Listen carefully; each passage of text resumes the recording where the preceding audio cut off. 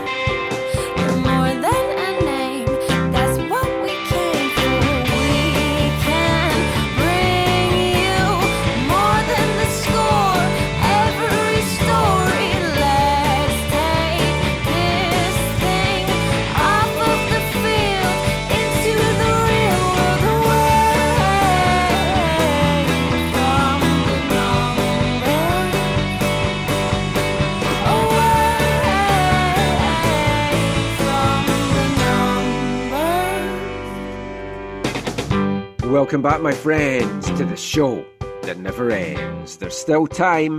The AFTN Soccer Show, broadcasting on CITR Radio 101.9 FM. I'm Michael McCall. And I'm Zachary Adam Eisenhower. And we're back with another packed podcast. The World Cup has sadly come to an end.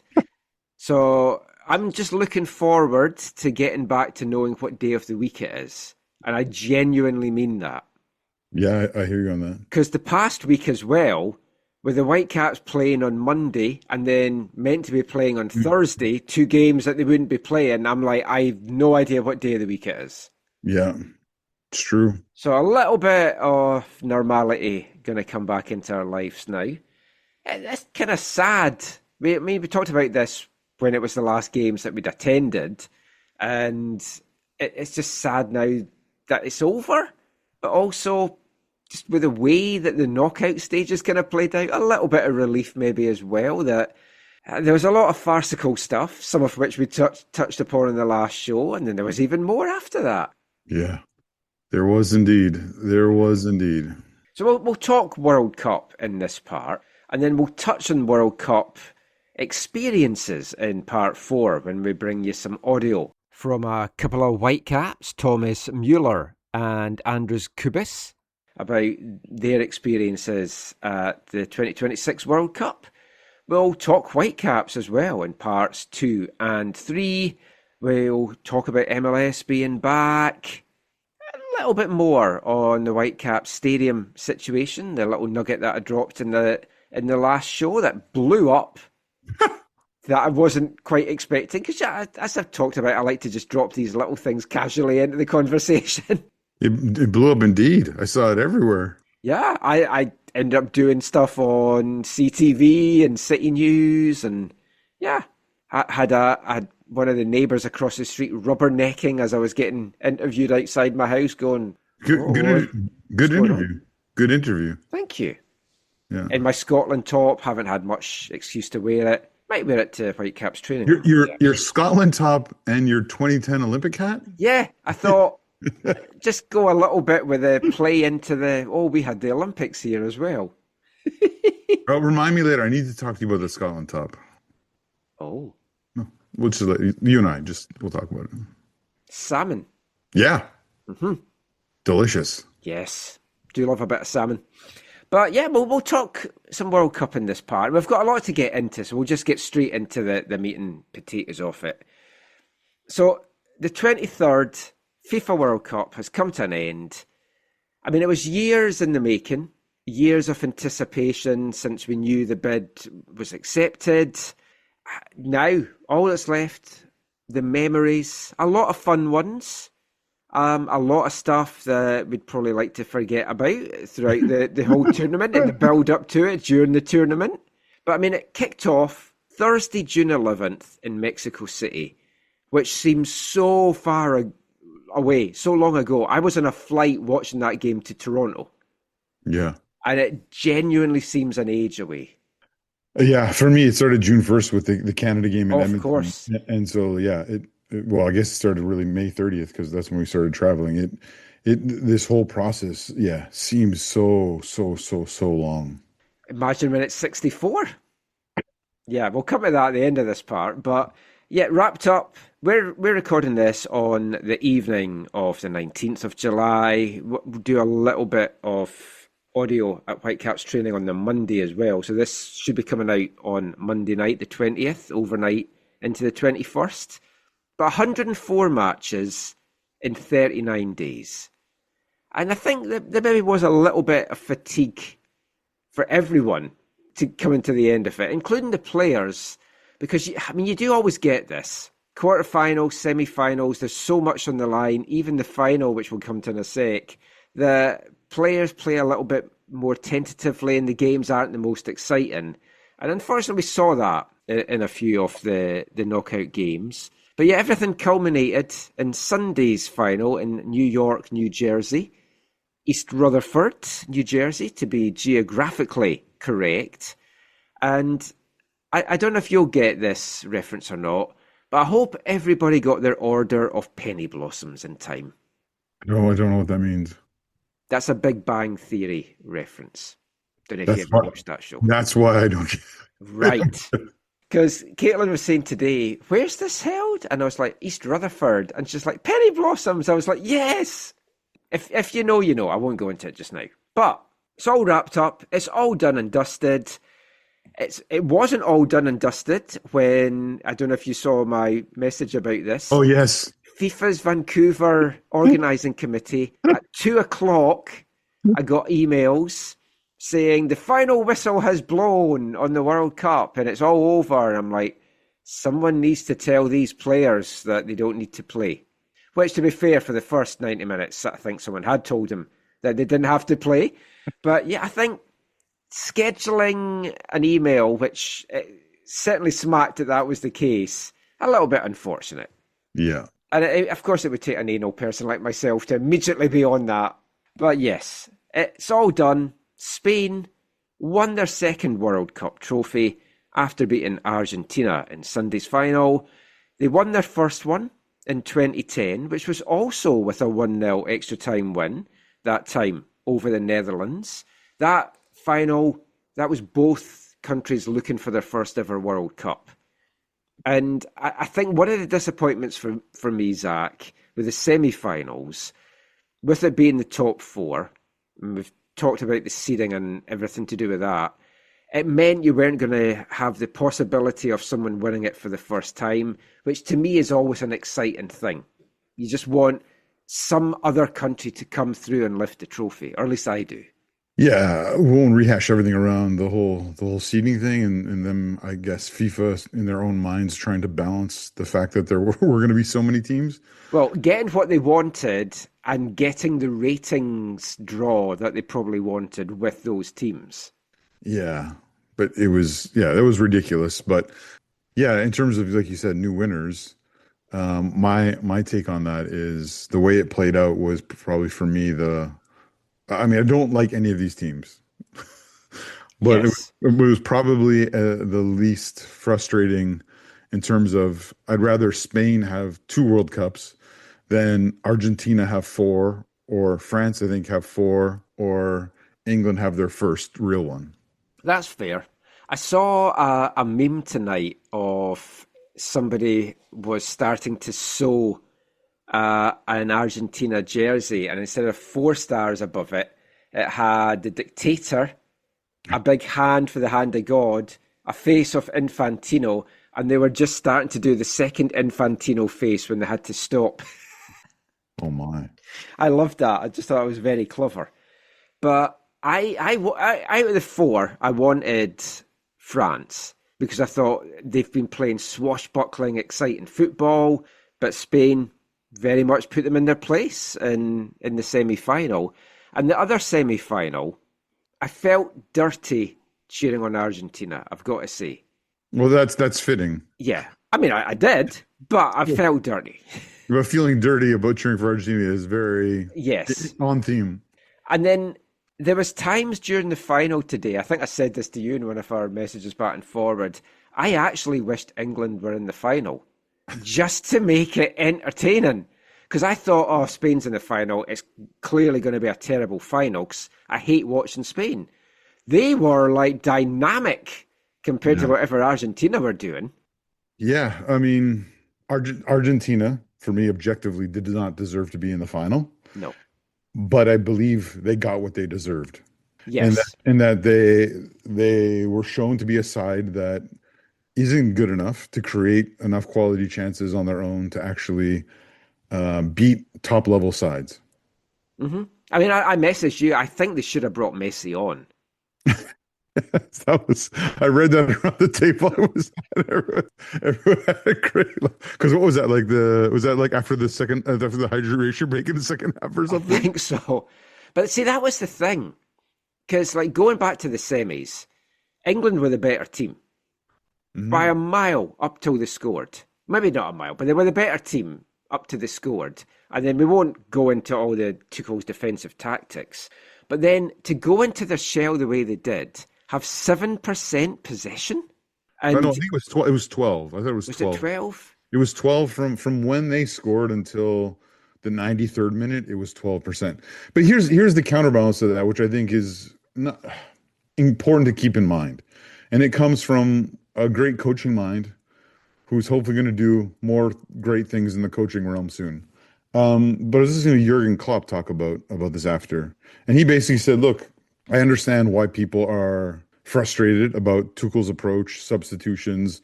And if that is how he told his team to play, you can understand the frustration. However, on the other hand, if they had kept going for it, tried to go for a second goal, and the things had played out similarly, they got scored on the counter or whatever, to equalize, again, people would have been lambasting him for that. Oh, absolutely.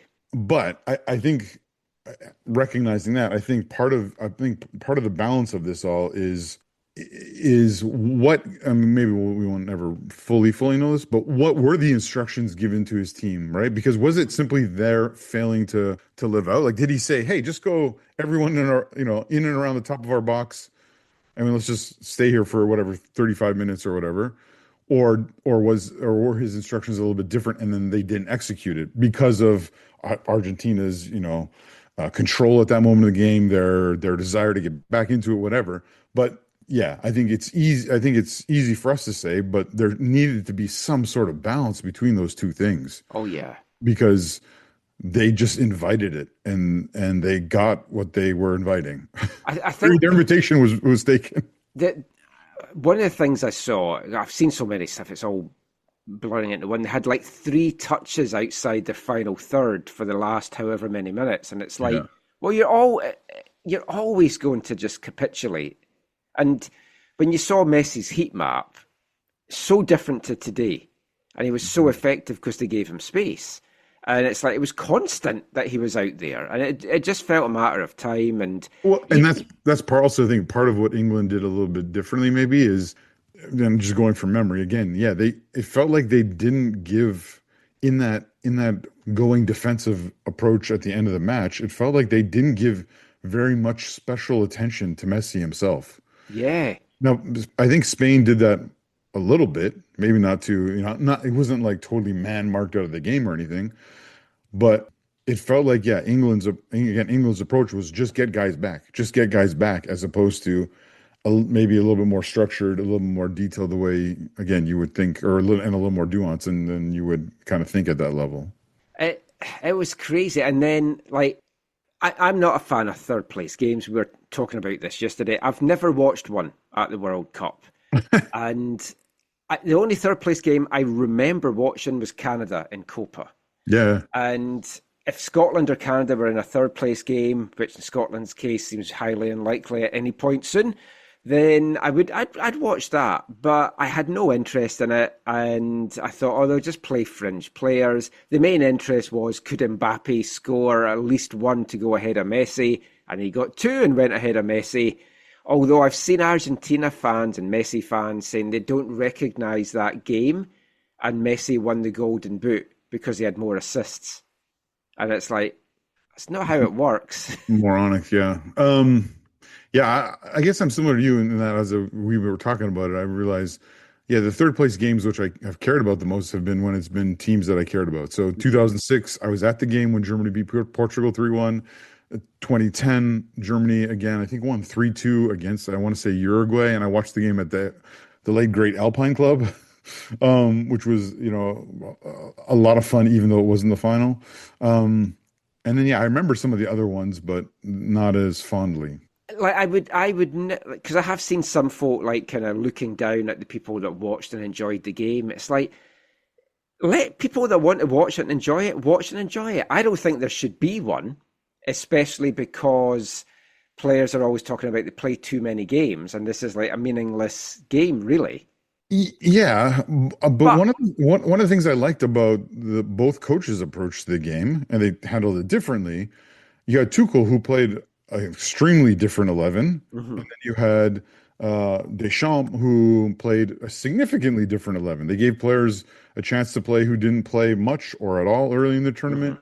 England, the backup keeper, which gets them that tournament experience as well, which is the only big positive, I think. Yeah.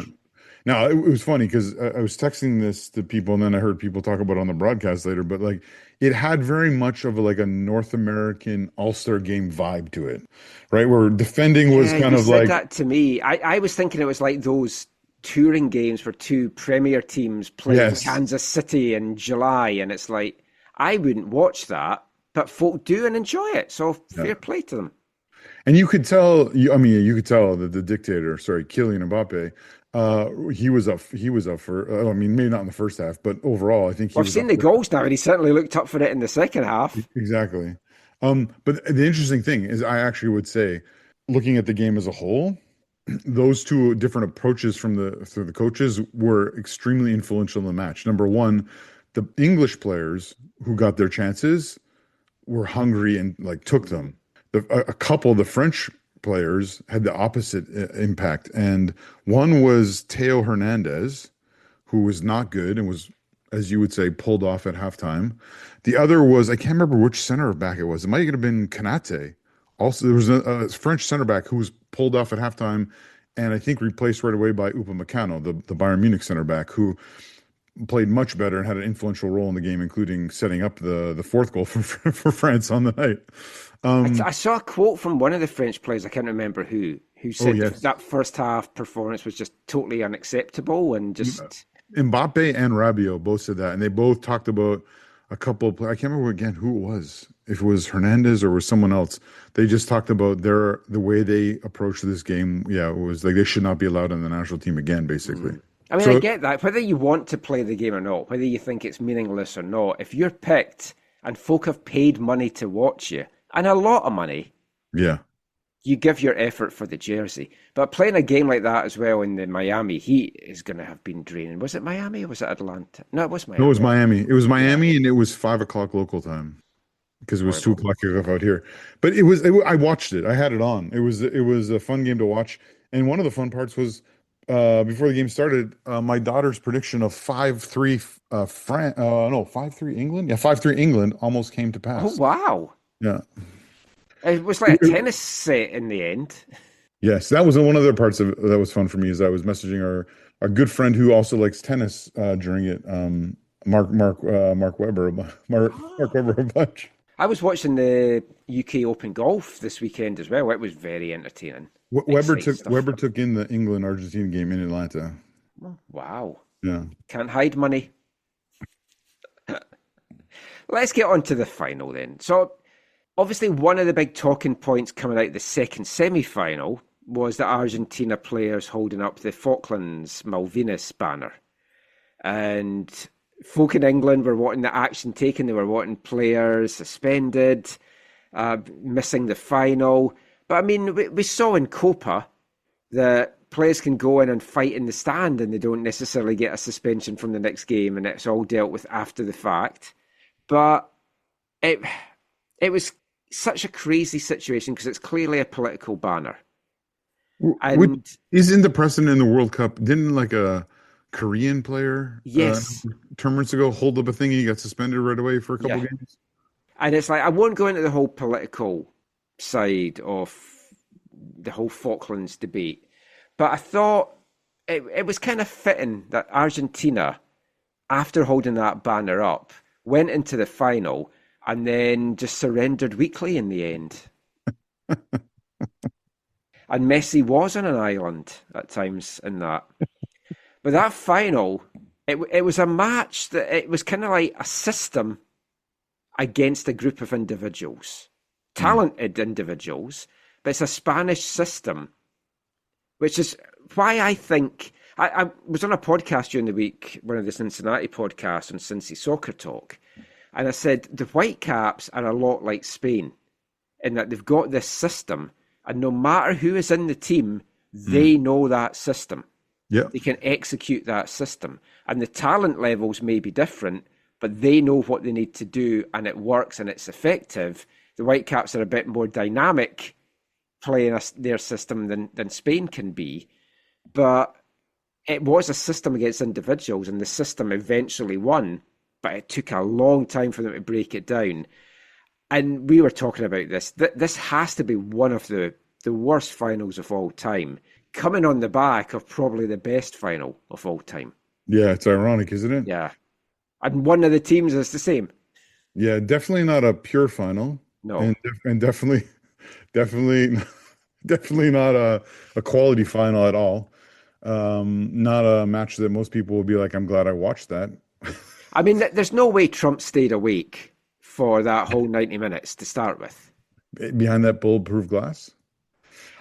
Did they show him on TV? I didn't really notice. I saw him once. Or maybe I've just blocked it out. Of course, they wouldn't want to show him because there'd be boos all around the stadium and stuff. But they could cut that audio out maybe from behind the shielded glass. Maybe.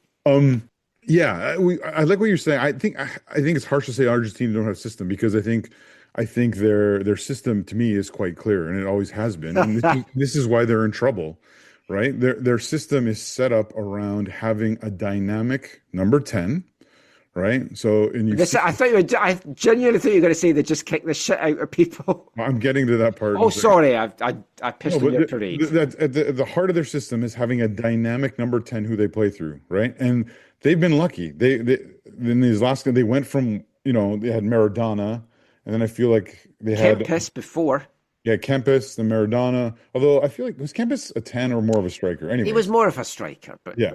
But so you had Kempis, then you had Maradona, then there was quite a bit of a lull. You had like the Batistuta, striker era, but then you had Juan Ramon Riquelme, who was that guy, and he handed the baton to Messi in 2006, and then since then it's been Messi, and Messi obviously for the last 20 years has been what the team is all about.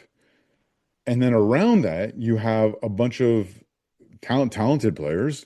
But yeah, they do play a style of football they are a bunch of butchers. Thugs would be another way to put it. They play a horrendous style of football that relies on persistent, hard, and early fouling of players, where they're ideally not going to get booked. Like they didn't get booked in this. For example, McAllister absolutely should have been booked early in this game. Oh, yes. But it was given, I think, the benefit of the doubt from the ref that it was so early. Well, the first minute against England, I can't remember who it was. Someone went right through Bellingham. Yep. And it's like, it's the first minute. It's okay.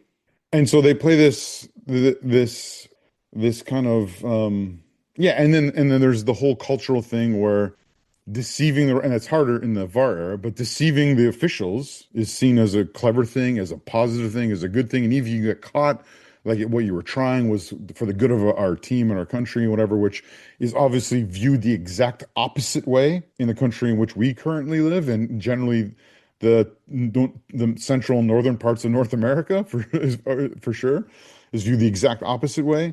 And so that's kind of, and then you're relying on all that thuggery and that creative individual to either score or make things for your side. And it obviously has had great success for them.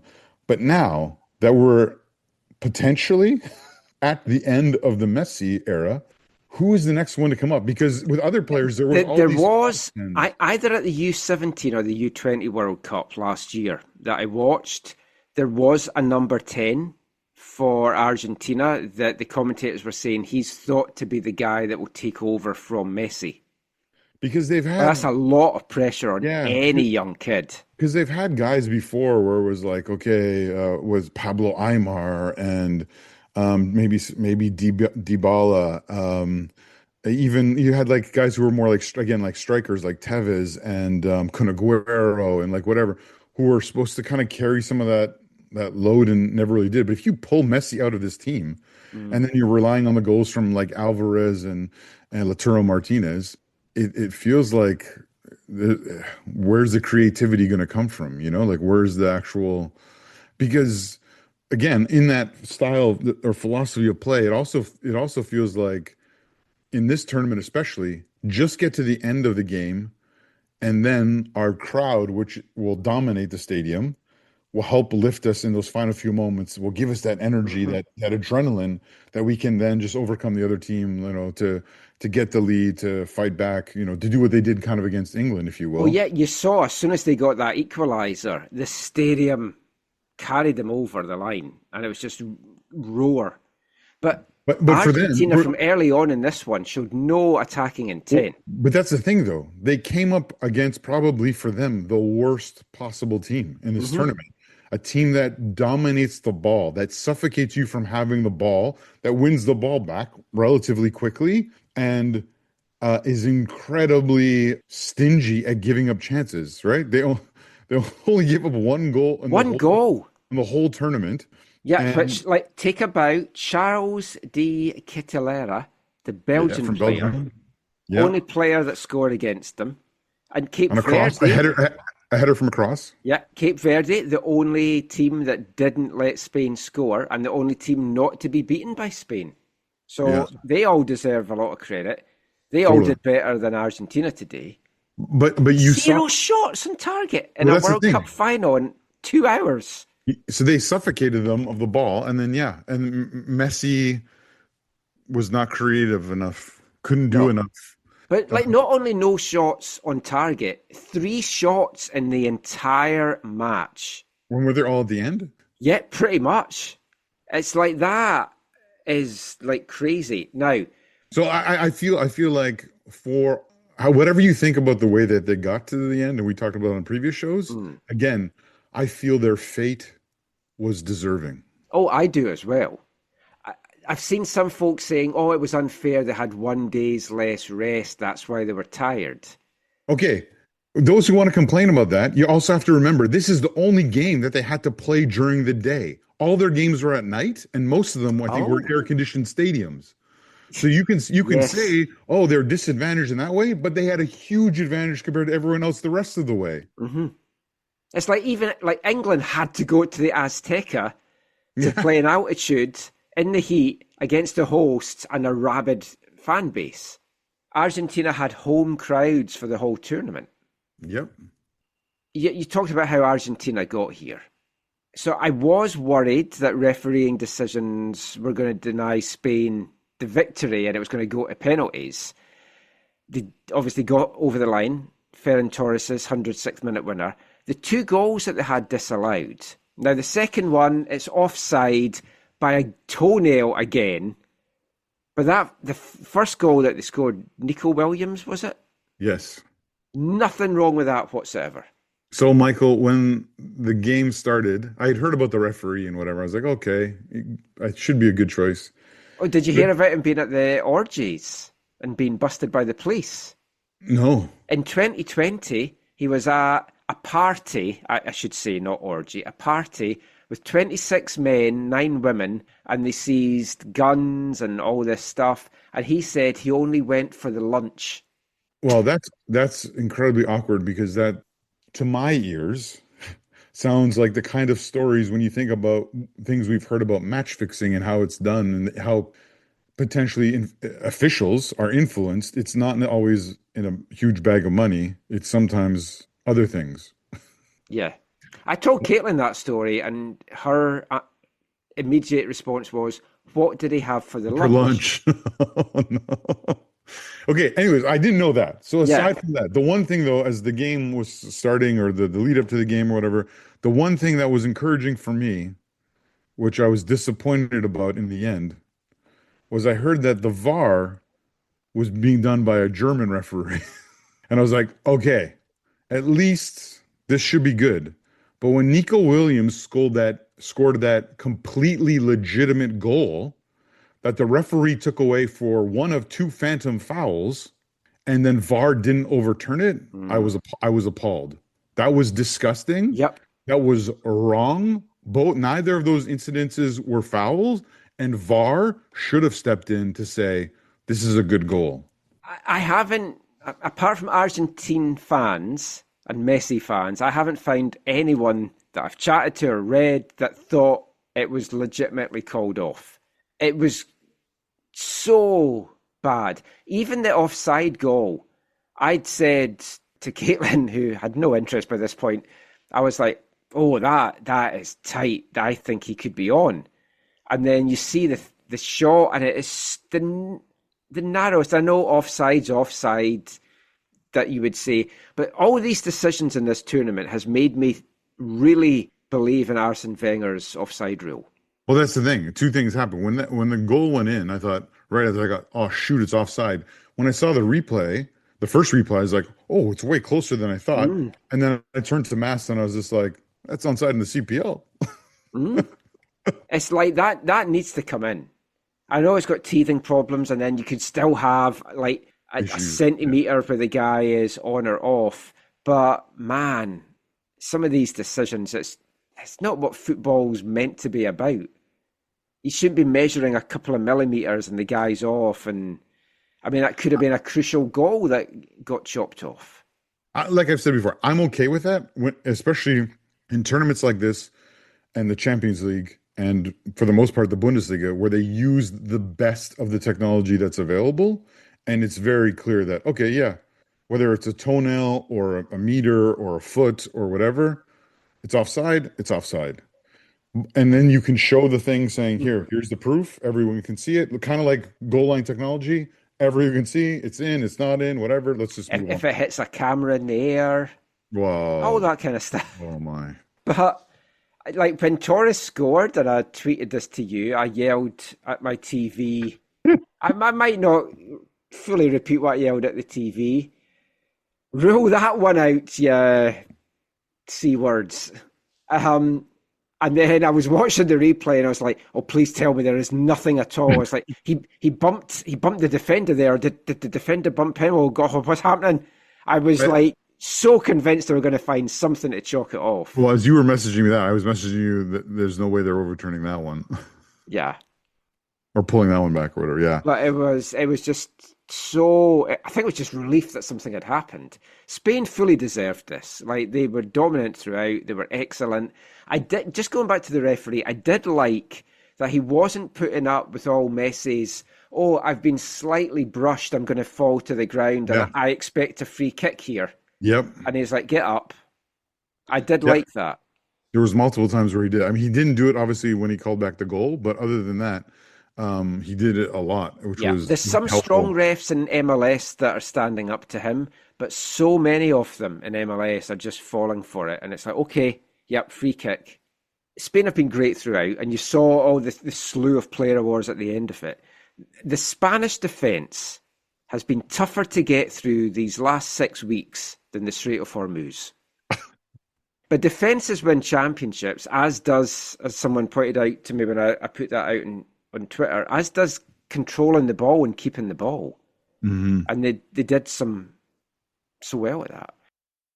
But I mentioned earlier that I feel the Spanish system and the Whitecaps system are similar in many ways. I do feel the Whitecaps are a bit more dynamic. But I'm going to put that question to Jesper Sorensen.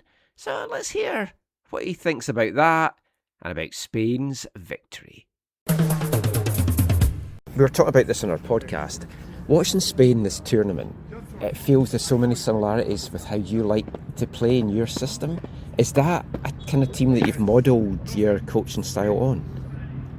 It's not the team I modelled my coaching style on. I think, you have. You're right. I believe in team football. I believe that a team can do more playing together than individually. And I believe in relations between the players in football. And if you look at Spain in this World Cup, that's probably the team that looked most like a club team, right? And because they play in a way where they profit from each other's qualities, and they look more for how people fit within the system than for maybe individual attributes. So I think it's kind of similar, and when I look at them, I'm delighted what I see. I think they play a great game and great brand of football, because I like when you can see that a team really can gain extra by everybody understanding what they want and everybody understanding what's going to happen in just before things happen. So I think, and it was not surprising to me that Spain won, because it's by far the best team in Europe. So and the best team in Europe normally has a good chance. So I think it was good to see.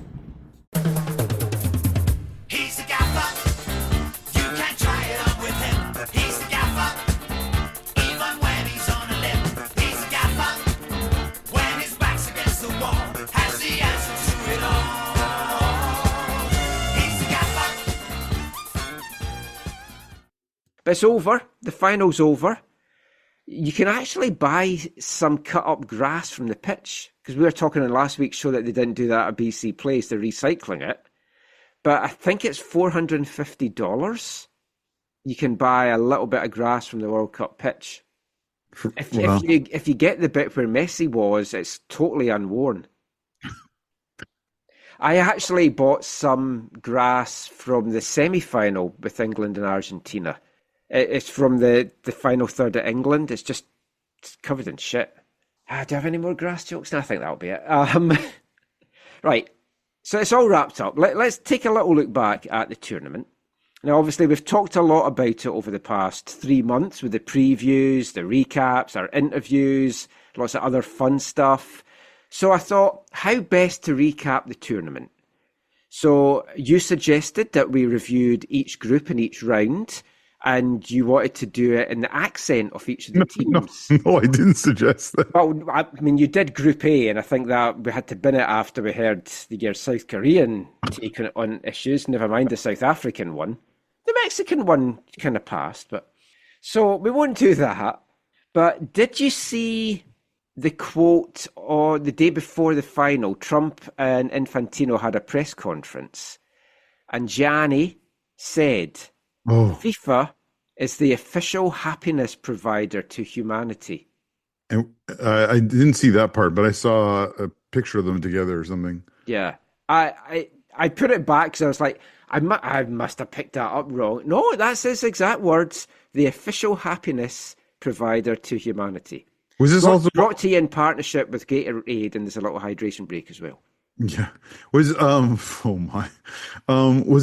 the conference too where I thought I saw a social media post where someone said, like, even in that interaction they had, that Trump called FIFA corrupt or something? Oh, I didn't see that bit of it. Okay, I didn't listen to it to see if it was actually true or was someone just clickbaiting or what it was, but it was like a 10-second clip of like Trump saying something to Johnny during that. Oh, he made a joke about he's not happy when his team doesn't win. Oh, maybe that's what it was. And folk took that to mean Argentina. Right. Maybe that's what it was. Talking like sponsors and stuff, did you know the coin that they do at the coin tosses, did you know it's a sponsored coin? It isn't heads or tails. Yeah, I think I've heard that. Besides the World Cup trophy, Coca-Cola's on the other side. So Coke or cup? So. Overall thoughts on the tournament. I mean, it's always hard to compare tournaments. There's recency bias, and with this being on home soil and us being at so many games and Canada being in it and doing well. Initial overall thoughts now that it's just finished. Yeah, like you said, this is kind of a complex thing, right? I mean, if you think back 3.5 years ago, we talked about the Qatar World Cup, and it was like, well, it was an enjoyable tournament, but that doesn't mean that we were okay with like how the stadiums got built or whatever, right? Like, so I think there's things you can appreciate about it, but also say, hey, this was not done right, or I disagree with that or whatever. So on the whole, I would say, yeah, it was mostly a really enjoyable tournament. Yeah. I think there's definitely things around a number of issues. Some of those being, I mean, there's a whole bunch of them, but one of them, the whole pathway issue for Canada, right? Could the second team from Canada's group have been placed into, a game in Toronto or whatever?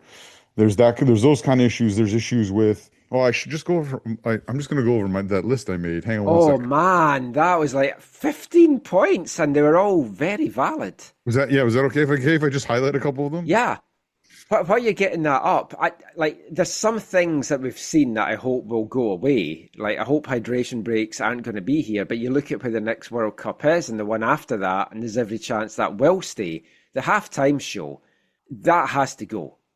I didn't watch a minute of it. I went and made lunch. I didn't either. And I got home and my wife and daughter were all talking about all these things. And I was just like, I did not watch that. And they're like, oh, you missed the Muppets, or you missed Ted Lasso, or you missed Justin Bieber. And I was like, I don't know what you're talking about. The only good thing about it was half an hour and I could make my fry up that I tweeted out. Black pudding, haggis. Oh, it's delicious. Okay, I got my list here. Okay. So, the 48 team thing, which actually in some ways I think was good. In other ways, I don't think it's not so good. And we'll talk about that, I think, a little bit more later when we get to some other stuff. We've already mentioned the seeding of the top 4 teams by FIFA. I don't think that was ideal. There are a number of issues around how visas were handled for certain countries. I think, and the referees. Yeah, the referees, fans, referees, families. The officials. Vizina's mom couldn't get a visa to get him. Like that was not. I don't think tied into that how some of the teams were treated upon their arrival and the way that they were treated extremely different. I think was to me. If that was going to happen, there needed to be some, I think, public clarification about that, as opposed to us all seeing these videos and hearing all these outrageous stories. Along that line, I think overall the treatment of Iran in this, and I don't want to get into a political thing, but I think tied into that, and this goes to the Falklands banner as well. FIFA needs to make some clarifications on some of their rules and stuff, right? I mean, the whole, we talked about it before, but, Russia's excluded from the World Cup because of their involvement in military conflicts in the world. And yet you have a host nation here who is involved in certain things that don't look that dissimilar, and yet they're allowed to host, and then how they treat their opponents in such conflicts.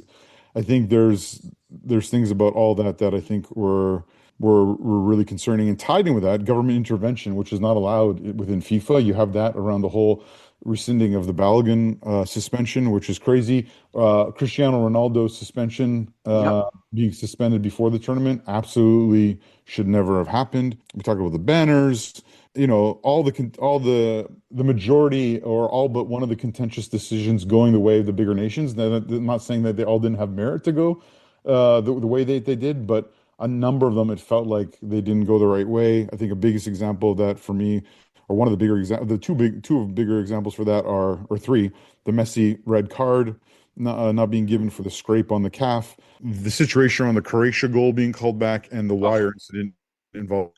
I would also throw in the build-up to Argentina's winning goal against Egypt that looked so similar to the build-up to Egypt's goal that got chalked off. But that all the precedent for that had already been set when the World Cup record-setting goal was not called back for a foul by McAllister on Schlager in the Austria match. So the foundation had been laid for that. You mentioned hydration breaks, a stain on the game, and it's nice to see that. I would say when merited, you have to have them. Totally. It's like of course. It should only be there for the temperature. Yes, exactly. And that's what UEFA is going to do at the next Euro. The last thing on my list here, Michael, that I haven't mentioned, but we talked about, of course, the approach to category allocations in stadiums and ticketing prices, i.e. the dynamic pricing of tickets. I don't have a concern about FIFA saying we're controlling the secondary market because it's our event. We deserve to make money off of the resale of any of the tickets that we've sold. I'm not against that, but the dynamic pricing and the way they chose to reallocate stadiums, which is the first time they've done it that way, extremely, extremely frustrating. Well, talking of dynamic pricing, just check the price of the grass from the final. Dynamic pricing's put it up from $450 to $4,500 now. I'm joking. It might have actually. Nothing would surprise me now if I logged in and that's actually the case. So all those things. There's great concerns about the tournament, but then there are positives. There's lots of positives, and I think I had a little rundown here. I'll jump a little bit ahead because let's put some positives in. I think the fact that we saw the smaller nations doing well, was a big positive. 9 of the 10 African teams getting into the knockout stages, with Tunisia being the only one that didn't. That is a big boon. Huge. And kind of, when you look at, I mean, obviously, you look at who got to the quarterfinals, you look to who got to the semi-finals, and Europe still dominates. I do wonder about South America. Because I put a couple of stats down here that I'd heard over the course of the tournament. So Brazil, who kind of went out with a bit of a whimper in the end, they last won a World Cup knockout match against a European nation in June 2002 when they beat Germany 2-0 in that final. Which Oliver Kahn has requested it be played for the rescinding of the Michael Bell yellow card. Since then, Brazil struggled. They lost to France in 2006, Netherlands in 2010, Germany in 2014, Belgium in 2018, Croatia in 2022, and now Norway in 2026. So everyone holds Brazil up as being because of what they've done in the past. But they're definitely a nation that Argentina might have this with Messi going. It's like, is there someone there that can keep Argentina at that level? Uruguay, this was a stat that I'd heard that I had to double check. So I was like, really? The last time Uruguay won a World Cup game without Luis Suarez was in 1990. They beat South Korea 1-0 in the group stages at Italia 90. They failed to win a single World Cup match without him on the pitch since then. Well, he was in the stadiums for the game, wasn't he? True. Yeah. They needed to maybe get him on the pitch. Maybe that would have worked. But I think for the growth of the World Cup to hold the interest, we do need some of these other countries to come through. Like, if Switzerland had got to the semi, if Belgium had got to the semi, I think that would have been fantastic. Morocco in 22, I thought was fantastic, just that an African nation had got there. And I know, we're talking going back to the early 2000s, maybe even the 90s, when folk were like, an African nation will win this by whatever date. And it's like, they haven't. And they seem a long way off. Morocco might be the closest side to breaking that. And not to get into this whole other debate, but one of the things that's changed in that time, Michael, is, if I'm not wrong, is some of the rules around, one-time switches and the number of African-born or African descent players who are choosing to play for predominantly European sides has, I think, really hurt things in terms of that becoming true. I've been watching some episodes of an Australian show called Cup Fever. And when it was France v Spain, when they were recapping that, they were like, France were just happy to be playing a team that wasn't full of French people. Oh my! But that has kind of been what a lot of it is. It was some weird stat, like 46 players had been born in Paris that were at the World Cup in total. Yeah. But it would be great to see them coming through. Another thing that show mentioned, they had one of the Socceroos on, and they said, can you see the game in Australia that in the next 2 to 3 to 4 World Cups, Australia can get to the quarterfinals, they can get to the semi-finals? And that got me thinking about Canada, because it's like, and even the US, can Canada get to the quarterfinals? Can they get to the semi-finals? And a lot does depend on the draw and how fortunate you are to avoid big teams or not, and players hitting their peak, players not getting injuries, which we know Canada did. So bringing that back, if you look at the 3 hosts, who do you think between Canada, the US and Mexico is going to be the happiest with their World Cup on the pitch? I think, I don't know, maybe Mexico. I mean, I think in general terms, possibly Canada, right? Like, I think Americans are upset because they feel like I feel with Americans, the expectations or what they feel they're owed is not always in line with reality. And so I think there's some American fans who feel like, no, we are definitely a minimum quarterfinal team, Mm. and you and I would Well, look at that and say that that's kind of out of whack with things. when I But was on a call with Taylor Twellman before the tournament, he oh yeah, said quarterfinals should be the minimum expectation for this group. When you look at the fact that if they win their group, they're avoiding all these big nations. true. But I think they also probably overrated or sorry, underrated Belgium. Yeah, You and know, overrated some of their players. totally. So I think in one sense, Canada will probably be the happiest because of all these historic things that happened and, first wins and all the goals and all that kind of stuff. Mm. You want to you think, oh, maybe Mexico because they did so well and they want to run.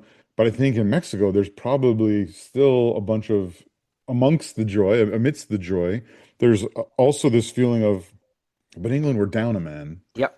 And we should have equalized. We should have won, we should have won the game, or we should not have allowed that other goal when we were, whatever. Like there's probably a lot of what ifs and a lot of frustration for them. Hmm. So I think on some level, it's actually probably Canada, or at least the Canadian population that's newer to football or that got swept up in the tournament. I think they're probably like, wow, we definitely did the best.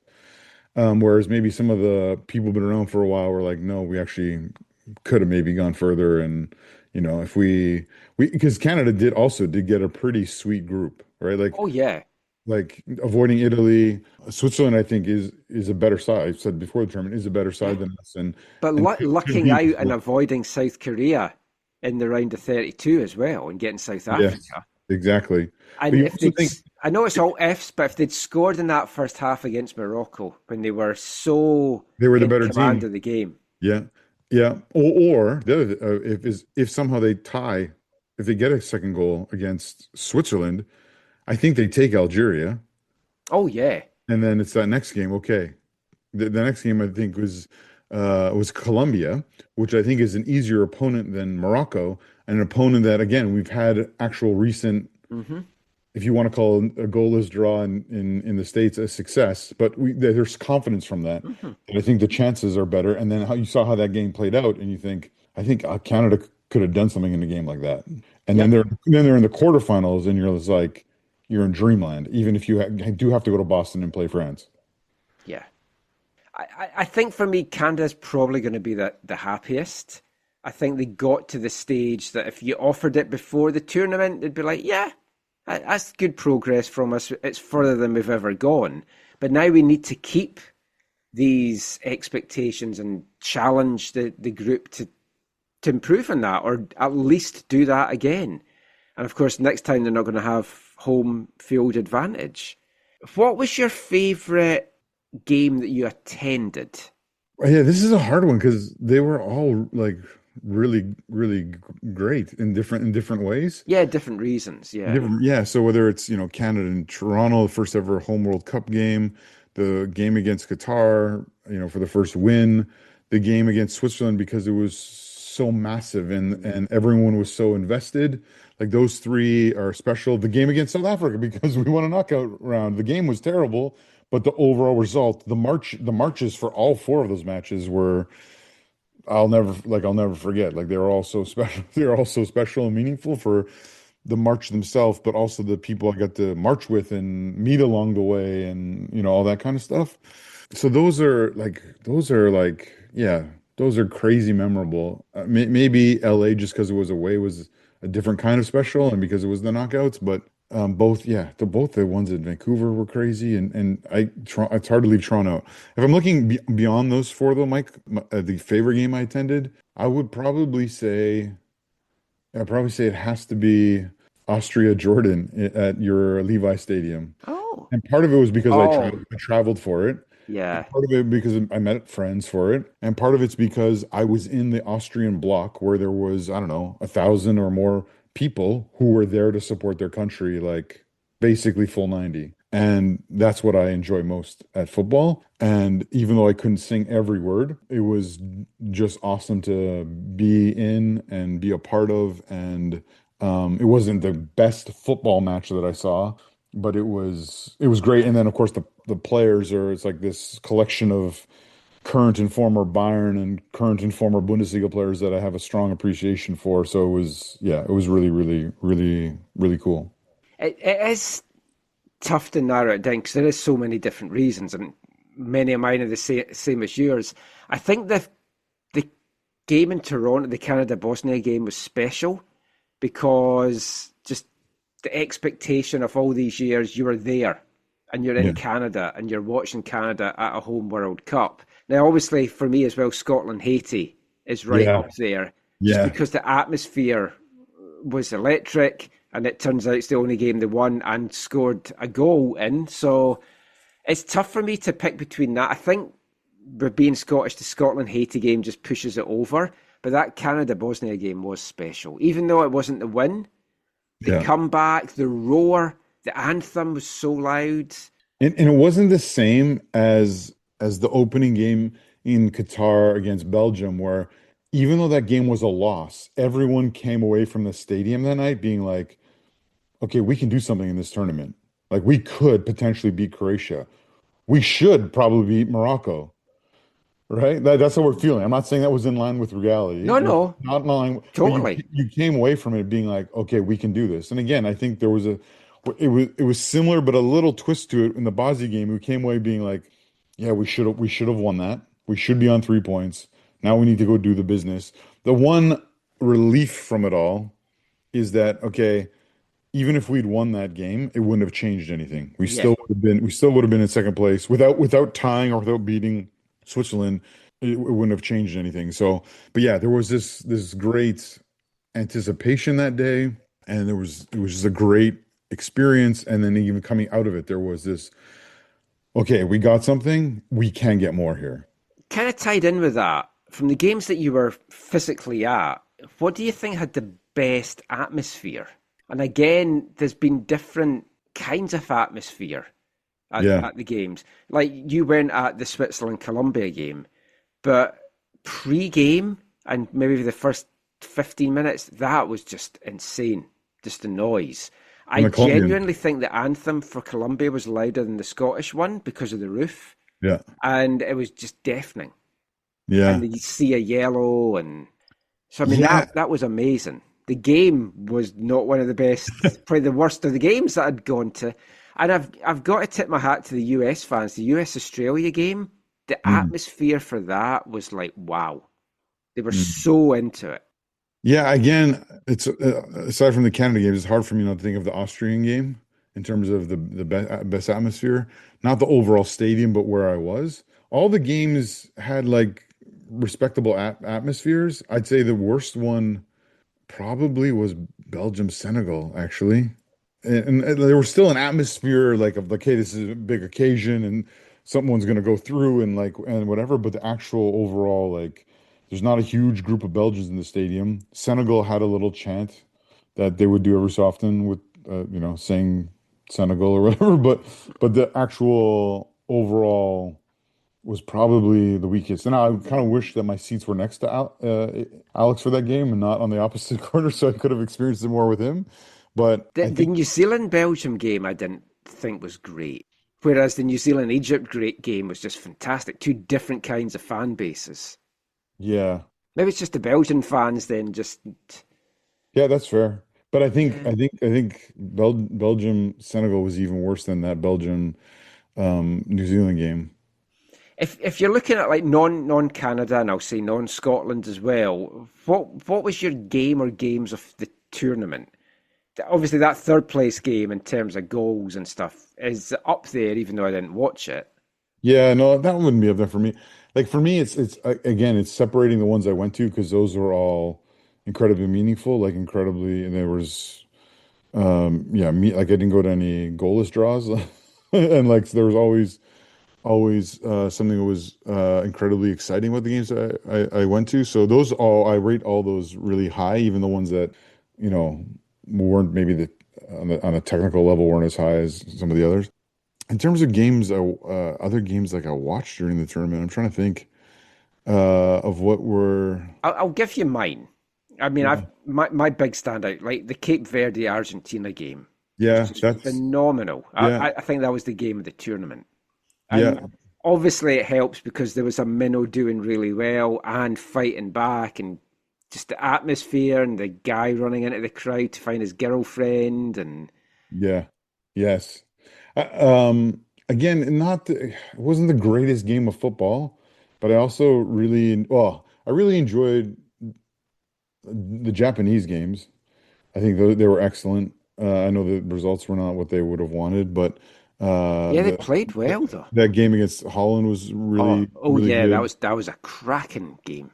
But I also, again, not the best at quality of game overall, but I really enjoyed Norway knocking out Brazil. Had a lot of the elements you love in a game: penalty save, penalty scored, a nice headed goal, a nice goal, from outside the box, and just that, underdog taking out like one of the giants of world football. I'm trying to remember. There was one other one I had on my list, and I can't remember right now. That was just a quality match. It wasn't I'm obviously probably missing some as well. wasn't any of the Germany games. No. I mean, for if you're looking in terms of drama, obviously the end of Portugal Croatia was like right up there for the drama. Yeah, The end of Egypt Iran was right up there for the drama. Iran thought they'd got the goal, then they're denied after that by a point blank save. So I mean that would have been a fantastic game. And if it hadn't been on at the same time as obviously the game here, would have been one we could have been down at. there was a few games that were letdowns. There were so many games though that you were like surprisingly like were really great. Like Iran, New Zealand was like just really, Yes, that really was good another game. really, really good one. Another team that I thought was fun to watch, Sweden. I mean, they scored lots of goals. They Yeah. scored lots of goals. They gave up a lot, they scored a lot. Yeah. I'm trying to see on my list here. Do do do do The do. first half of Brazil Morocco I thought was Oh, phenomenal. And the yes. second half was terrible. Terrible. Yeah. I think England Ghana is up there for one of the worst. Yeah. That was horrid. That was another, we should mention that was one of the poor far decisions that went the way of a big country Yeah, that I Ghana think should have Ghana had a should have had a penalty. penalty. Yeah. I think most people acknowledge that. I think that was also a bad day in general. There was a lot of nil-nils or just one low-scoring 1-0 games that day. Again, it was marred in controversy, but Argentina Egypt is a crazy game. Yes. That's one from my list that I was trying to remember. Yeah. That was a tremendous second half. First, was okay. Yeah. What about player of the tournament? Now, obviously, Mbappe wins the Golden Boot, and we touched on some won't accept that. I thought Spain's Marc Cucurella was phenomenal throughout, Yeah, and I can't stand him, so Unai Simon in goal, obviously just giving up one no, goal. he only gave one goal, but they hardly gave up any chances. True. I mean, when that was being handed out today, that was a discussion at our table. It's like, how does this guy get this when what was like the XG against them? No, that's very fair.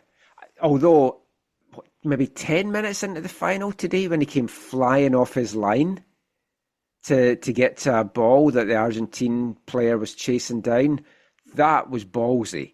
You mistime that, Yeah, and it's either a goal or you've brought him down and you're off and you're playing like 80 minutes down a man. but that's a kind of a different category too as a keeper, right? Because that's not a save, right? Like No, no. whatever you call that, an intangible or being a sweeper keeper or your football IQ or whatever. But yeah, not that, and I don't. I think Unai Simon.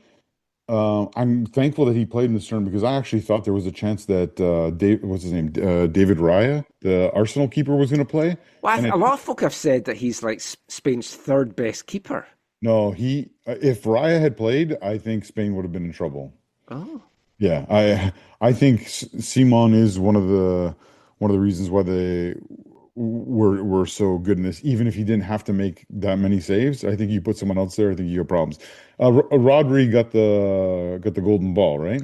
I haven't seen Yes. who got the silver and bronze balls because they give those out too. Oh, you didn't announce that. But they will announce that. I assume Mbappe. I also don't know that they announced Mbappe winning the Golden Boot at the stadium. No, I don't think they did, but he obviously did because that's something you don't. Yeah, that was already known, Yeah, but they should at least acknowledge it, and he wasn't there. just to rub it into Messi even more. I think that's the other thing. There were so many big players had massive tournaments, which Well, you don't that's what I think makes this tournament It- one of the best. especially All the goal stars scorers. performed. Yeah.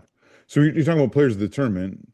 Again, I wouldn't have them there because of all the things around it, but you got to give a shout to Messi, Mbappe, Yeah. Erling Haaland, Harry Kane, Bellingham, I think's in with Yeah. a shout as well.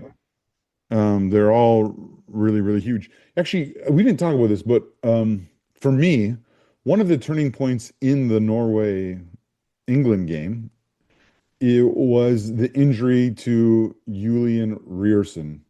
He's an incredibly important player for Norway, and not just going forward, although his service is huge. There was one point this year for Dortmund, I think he had like set up like 6 of their last 8 league goals with his crosses into the box, and like where they had an English week where they had like 3 games in a week or whatever. But he got injured and came off, and that I think really, really hurt. Not as much, didn't hurt him as much as the wire, but I think that was a key moment. And he was someone who I think had an encouraging World Cup, not a huge World Cup. But to that end, thinking about Norway, I mean, I don't watch a lot of Arsenal, but I think Odegaard, I think, played quite well for them.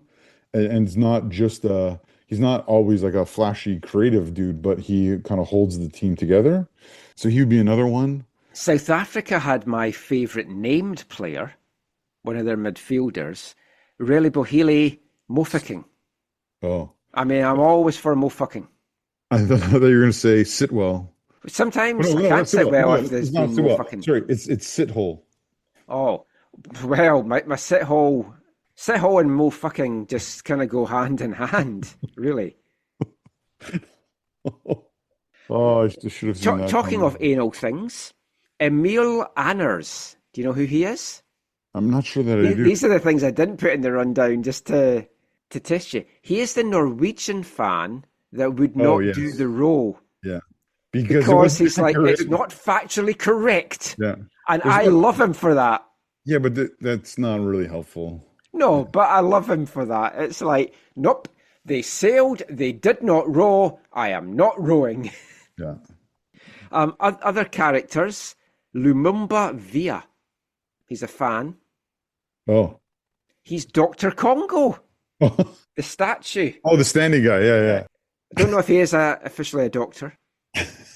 and I think everyone agrees that Lamine Yamal's little brother Kane kind of stole the show. Is it Kenya? It's pronounced Kane. Is it Keyne? Yeah, I looked it up. It's Keyne. Yeah, okay. What you talking about, Willis? Is what he always reminds me of. Yes, a little But bit. he is adorably cute, and the two of them together is like it's so nice. But yeah, that is it. One last thing about World Cup in this part.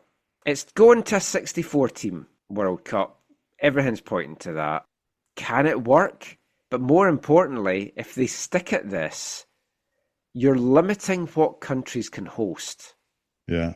And this Are is we going to see it back in North America after Saudi Arabia? Yeah, or a place like, Germany or the UK where they have stadiums kind of ready to go and quality stadiums. I mean, to be fair, the UK does deserve it again because they haven't hosted since '66. It's criminal that it's not gone to Australia.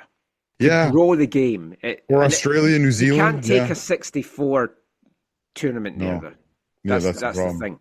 Yeah, again, I don't think it's right. I think too, you see all these records being broken for goal scoring and all that kind of stuff and set and equaled. And Elise would be another shout for player of the tournament. Yeah. Most assists ever at a World Cup. I know in the third place game, and really the term as a whole, his shooting boots he seemed to have left down at home. He had 3 great chances and probably should have scored at least one of them, which is not like he played for Bayern this year. He scored tons of great goals for Bayern this year, but it was also playing a different role because he was actually playing as a 10 behind the striker, and in Bayern he plays on the right. But no, going to this, even though going to this many teams, even though there wasn't that many blowouts. I mean, you still had the 7-1 for Germany, you had the 6-0 for Canada. There were a couple bigger scores or whatever. I mean, we had 7-1 Spain over Costa Rica last tournament.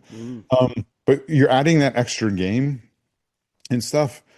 All of these records are going to fall so much easier under these conditions. And so I think there'll never be an asterisk around these things. And I'm not asking for an asterisk, but I think you can't forget that, Just Fontaine got his 10 goals or whatever it was in a different kind of tournament than when Kylian Mbappe scored 10, right? Or Gerd Müller has 14 World Cup goals, and the World Cup looked quite a bit different than it does now. By the flip side of that makes Spain's achievement even better of just giving 1 goal up for the whole tournament. Totally. They played an extra game. This was something else I jotted down. The record before that was 2 goals. Mm-hmm. Would you want to see a 64-team World Cup? No, I think 32 is the ideal number for a World Cup. The way that the monetization and commercialization of the game has gone, it's gone for the obvious reasons it has, and it feels like you can't put the genie back in the bottle. Although I wouldn't. No, I don't think you can go back to 32 now. Yeah. So the one thing I will say is that if they are going to move on to a 64-team World Cup, it feels like you almost have to have, it's almost like MLS. You have a Western Conference and you have an Eastern Conference. It feels like you need to have, even though the infrastructure is probably not there, and you need to have a few groups playing in Paraguay, Argentina, and Uruguay, and maybe maybe 2 to 4 groups playing in those countries, and the other groups playing in the other places, and then the knockouts, they all meet up more in Morocco, Spain, and Portugal, because you can't have that many teams and then do the thing that they were originally planning to have, like 1 game in each of those countries or whatever. Like that's asinine, and those countries probably deserve more, especially Uruguay with the 100th anniversary. I think it should only be in South America. Like Uruguay deserved to have it for the 100th anniversary. I've said that for umpteen years. Well, even an all South American. Yeah. If it was all over the big cities of South America, kind of like they did with the Euro that one year, that might even have been a better shout. But yeah, it'll be interesting to see how they finagle this to make the most money possible. Oh, of course. And so we'll end by just saying well done to Spain, but I also want to end by saying well done to the real world champions. Do you know who the real world champions are? Do you know what I'm talking about, first of all? There's a lot of folk listening to this that won't. Is it like the team who beats the team? Yeah. So they've gone back to the very first international that was played between England and Scotland. Right. So going into this tournament, the world champions, and this might surprise you, Turkey. So Australia beat them. Mm-hmm. Who beat Australia? The US? Mm-hmm. And then Belgium beat the US? No, Turkey beat the US. Turkey beat the US, so Turkey went home as the world champions.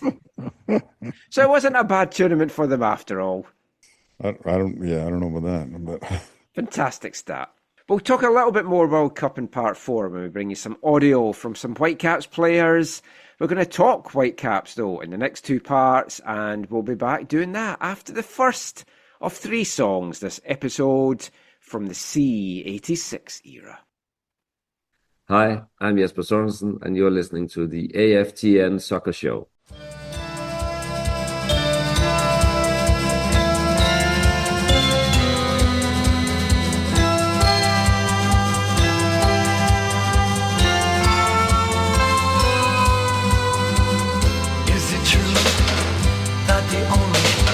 You show us from the outside in. All my joy will never cease to amaze my friends to whom your conscience is thin. They would not let it show, but somehow I know that I have to forgo this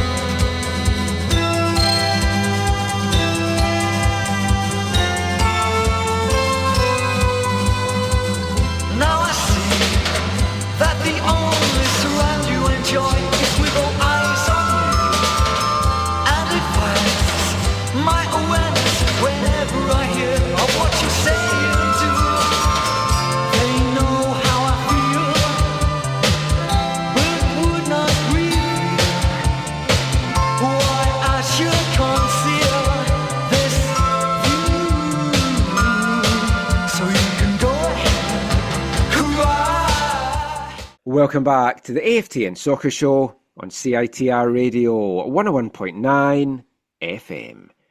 And kicking off this part, it's the first of 3 songs this episode from the C86 era.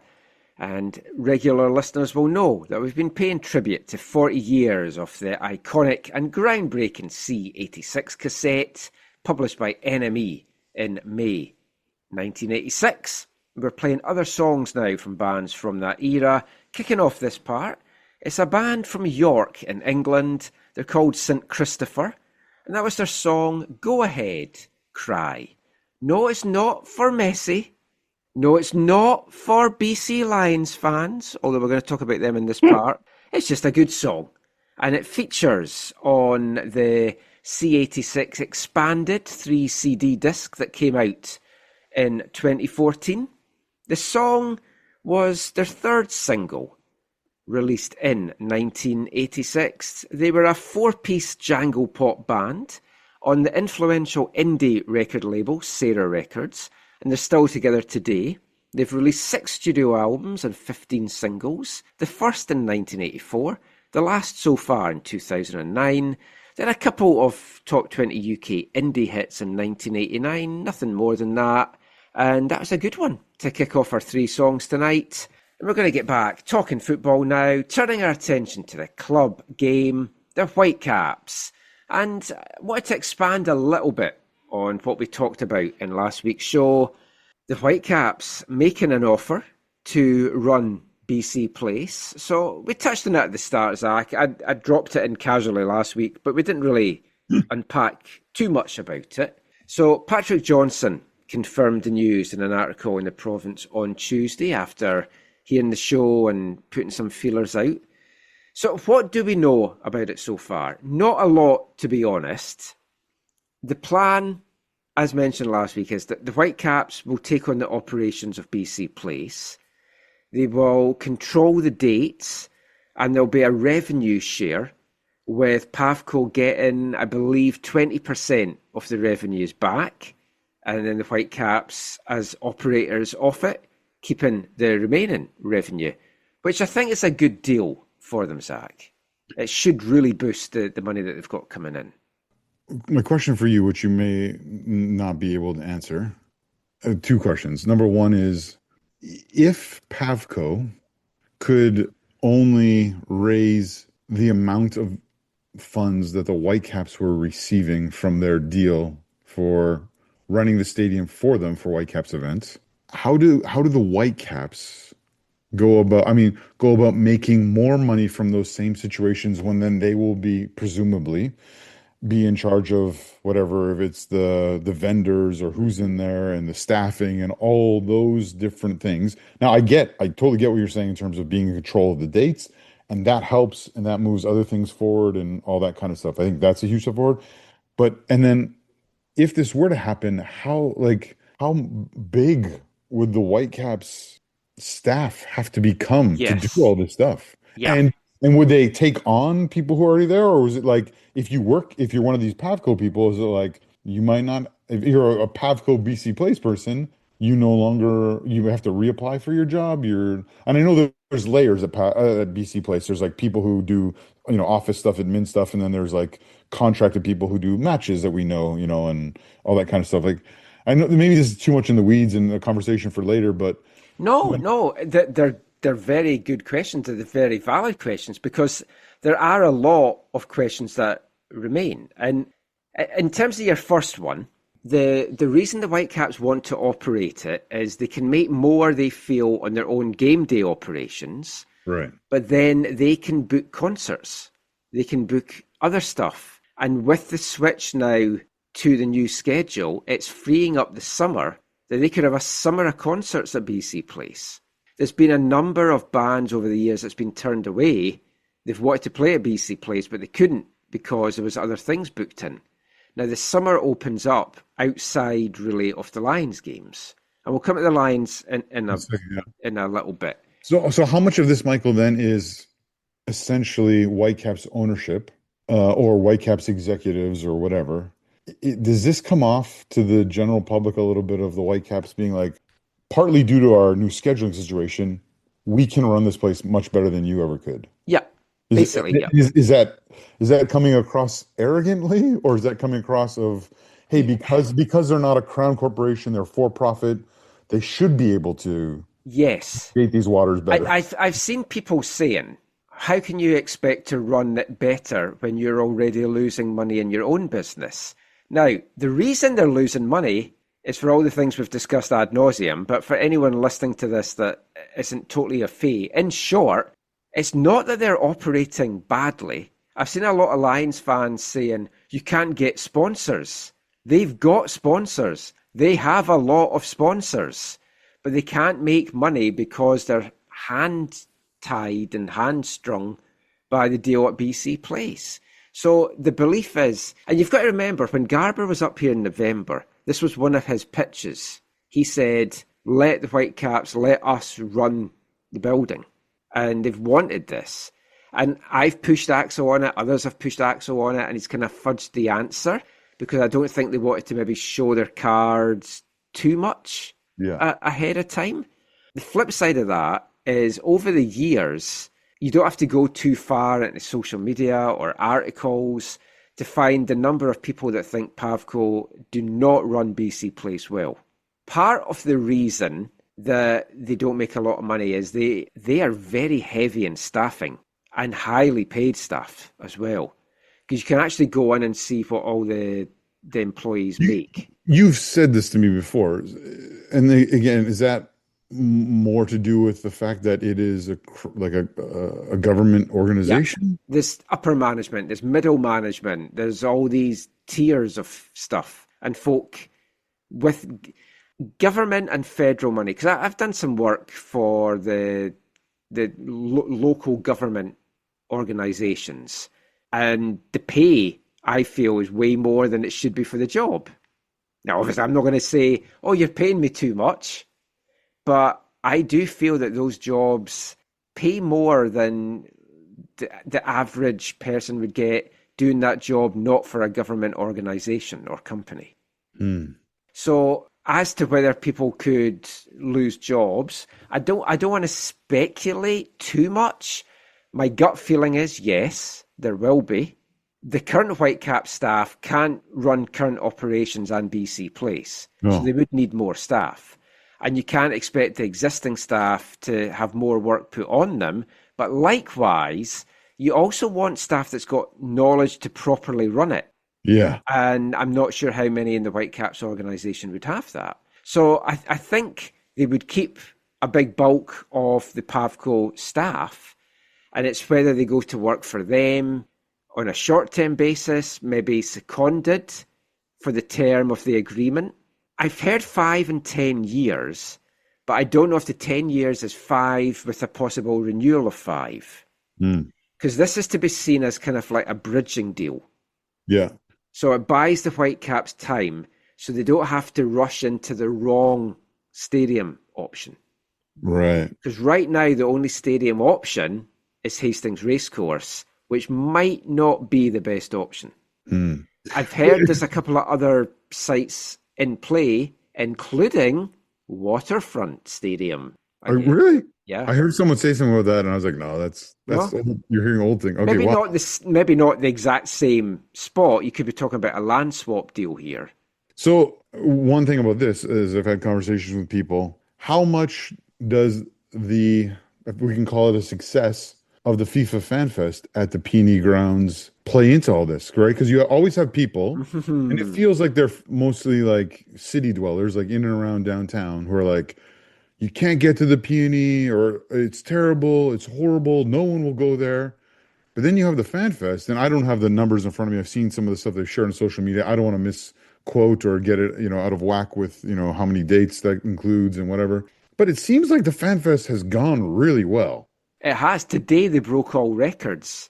And for the big games, they've packed folk in there. And also, Vancouver Golden Eyes don't seem to have issues with fans getting to their games either. They've been very successful in the PWHL. So, yeah. And look at the P&E every year. It's like folk managed to get there. So is that really as bad of an option as some would want you to believe? No. for that reason. Right. But Yes, there's other for reasons. structural reasons. Okay. It could be a bit of a nightmare in that regard. Yeah. Okay. That's fair. But I think the whole, oh, look where it is, there's no SkyTrain, is blown a little bit out. I know everyone's wanting people not to drive as much and to take public transit, and things could be improved, but we've seen how long it's taken to get the Broadway line done, and it's an absolute nightmare for businesses along there, and you don't want that going along the Hastings corridor and having the same impact. I personally do believe that the Whitecaps stadium should be in the downtown somewhere, maybe not in the hub of downtown. I think Seattle do it right. How Seattle have Lumen Field and T-Mobile Park, I think is perfect. And that it should be a blueprint for North American cities. You're basically downtown, but it's in the industrial area downtown. It's within walking distance of downtown. There's 2 train stations. There's the main Amtrak station as well. There's buses. I think how they've got their stadium set up is perfect. Now, if you were to say to me as well, BC Place is going to be the permanent home for the Whitecaps and they won't build a soccer-specific stadium, but they will tweak BC Place to kind of make it more soccer-specific, I think that's the best option. Yeah, because whatever the Whitecaps are going to build, you have to feel is more, let's say, in the lines of, let's say, I'm going to give a broad strokes here, but 25 to 40,000, somewhere in there. I've always had 30 in my head. Yeah, that's why I'm saying 25 to 40, let's just say. But there are going to come times, whether it's a weather issue or it's hey, Erling Haaland has signed for Kansas City, Sporting Kansas City, and he's coming to town, and wouldn't it be nice to play in the 50,000 seat stadium, even though it has limitations? But the other thing is, if you were to make BC Place more football specific, to me, that would include grass, and that then hurts the viability. It hurts the other revenue streams for it. It does, unless you put in a system Right. where the grass can be protected. And there is a whole roof thing, the growing of it and everything, and the shadows for TV. And you can overcome that with the lights. I think so as well. BC Place isn't appreciated for the stadium that it is. You heard so many players and coaches talk about, like Kevin De Bruyne, I think it was, had said, this has felt like a proper football stadium as opposed to the other ones that's felt like NFL stadiums, because they are NFL stadiums. Yeah. And like you were up in the upper reaches watching games. I was up there in the press box. I was only in the upper reaches. Yeah, it's true. So was I. It's a good view. You don't feel that high up. I was high up at Boston and I couldn't make out players' numbers and jerseys and stuff. Yeah, but you could see everything. That's because you were all teared up, though. True. And all the alcohol, obviously. I will say, I have said on Erdinger. Still going for that sponsorship. I have said on the podcast before that I don't think BC Place is a fully proper football stadium. But yeah, having had the World Cup there now and my experiences there, but then also, like you're saying, listening to people who have been to more stadiums than I'll ever go to in my lifetime, talk about how much they enjoyed it and whether or not they're just being nice because they're being asked while they're in the locale. I think some of those things are making me come around to, okay, it does have shortcomings, but yeah, you could, for what they did for this, they did actually make it quite a proper football ground in most respects. And if they were to do that permanently, then yeah, it would be elevated. And the cool thing about it now is it will always be known as a World Cup stadium. Yes. Like that's one of the cool things about this, right? Is like forever and ever. As long as it's there, it'll be known as a World Cup stadium. The location's perfect. It's by a SkyTrain. Actually, it's by 2 SkyTrains, depending on what line you take. Yep. And it's got its shortcomings, but again, they could be worked on. But if you think what you get bang for your buck, if you were to build a brand new soccer-specific stadium, compared with what you would need to spend to just make BC Place that, it's a vast difference because you've already got the stadium there. So whilst this is seen as a bridging deal while they explore other possible sites, I wouldn't rule that out. Now, I've said all along, and we will come to the Lions, as I keep saying in a sec, if we have a soccer-specific stadium for the Whitecaps, I don't want the Lions playing there. The pitch. It's nothing against the Lions. I was a season ticket holder for the Lions until I got too busy with soccer stuff, and I couldn't definitely guarantee that I could go to all the home games or going to away games and other commentary and stuff. I love the CFL. I watch the CFL. I enjoy the CFL. I support the Lions. I would never want to see the Lions leave town. Some Lions fans, though, seem to be getting really pissy about the fact that the Lions are never mentioned in all of the stadium chat. And it's like, well, why don't the Lions get to run the stadium? They've made no indication to anyone, publicly or behind the scenes, that they've any interest in doing that. It's like, that's why. The Whitecaps want to do it. The Lions don't. I would also say as well, the Whitecaps know the optics. If they didn't look after the Lions with any new BC Place deal, it would look terrible. And I would think lesser of them if they didn't as well. And they know that they would.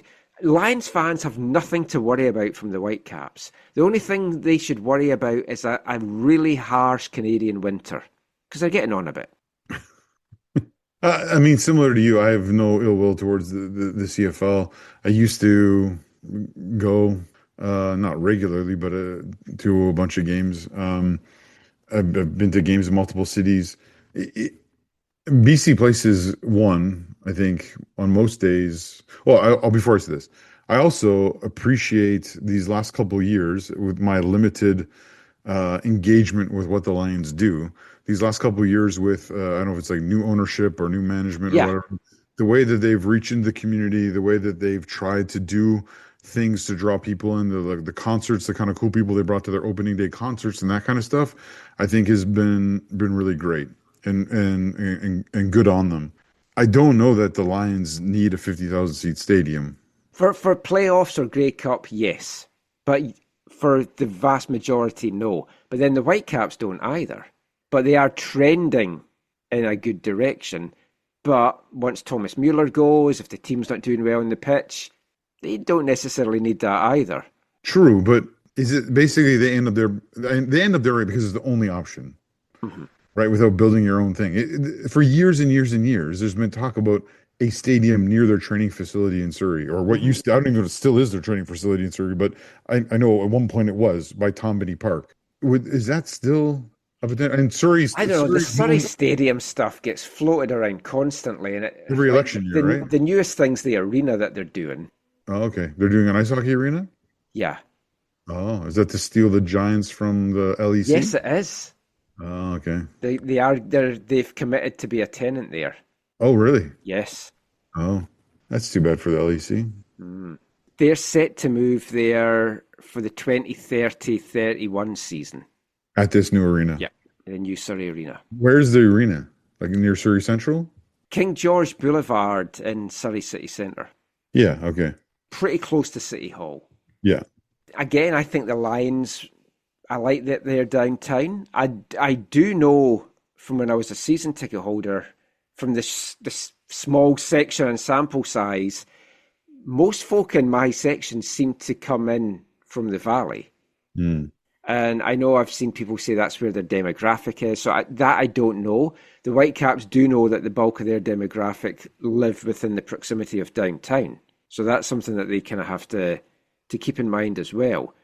But the other big thing about this thing for the Whitecaps is they need to get this done so that it's more attractive to new owners. And it's a whole kind of vicious circle. You need one for the other. You need the owners to make it go ahead and everything like that. But again, from what I've been told, to get this agreed with the province, then the new owners are more likely to come in, and this deal could get announced, or we could hear news in some capacity within the next month. Now, a big question is, will the province accept it? And it's difficult for them not to, because they'll then be seen as the bad guys now. But obviously they have to think what's best for the taxpayers as well. And the Whitecaps are keen to make it known that they do not want this as a handout. That's why they're given 20% of the revenue, but they just feel they could do a better job. And I honestly don't understand why a government or a government corporation want to run a stadium to begin with. There's more pressing things I want my government and tax money to be spent on. Yeah, it's a valid question. I didn't know much about crown corporations until all this kind of sprung up. But some of the Lions fans were like, oh, we don't care if the Whitecaps leave now, you're not taking care of us, or they find the Whitecaps fans obnoxious because we're only caring about the Whitecaps and stuff like that. If you look, the Lions last year had 10 home games, 9 regular season, 1 playoff. The Whitecaps had 24. So many Lions fans are like, we're the primary tenant. You're not. You're the longest tenant in terms of how long the team's been in the city, but the Whitecaps have more bums on seats over the course of the year, and they fill more dates. All the sports fans in Vancouver should be rallying round. We shouldn't want any of the teams to go, and we should be wanting the best for all the teams. I'm not a Canucks fan, but I don't want them to leave the city or to tank or whatever. There's a lot for this to be played out, but I think we will hear more within the month. I'll leave it at that for now. But yeah, let us know your thoughts if you haven't already on the whole thing. We'll talk a little bit more Whitecaps and MLS in the next part, and we'll be back with that after the second of our 3 songs this episode from the C86 era. Hi, I'm Mikhail Gerasimenkov, and you're listening to AFTN Show.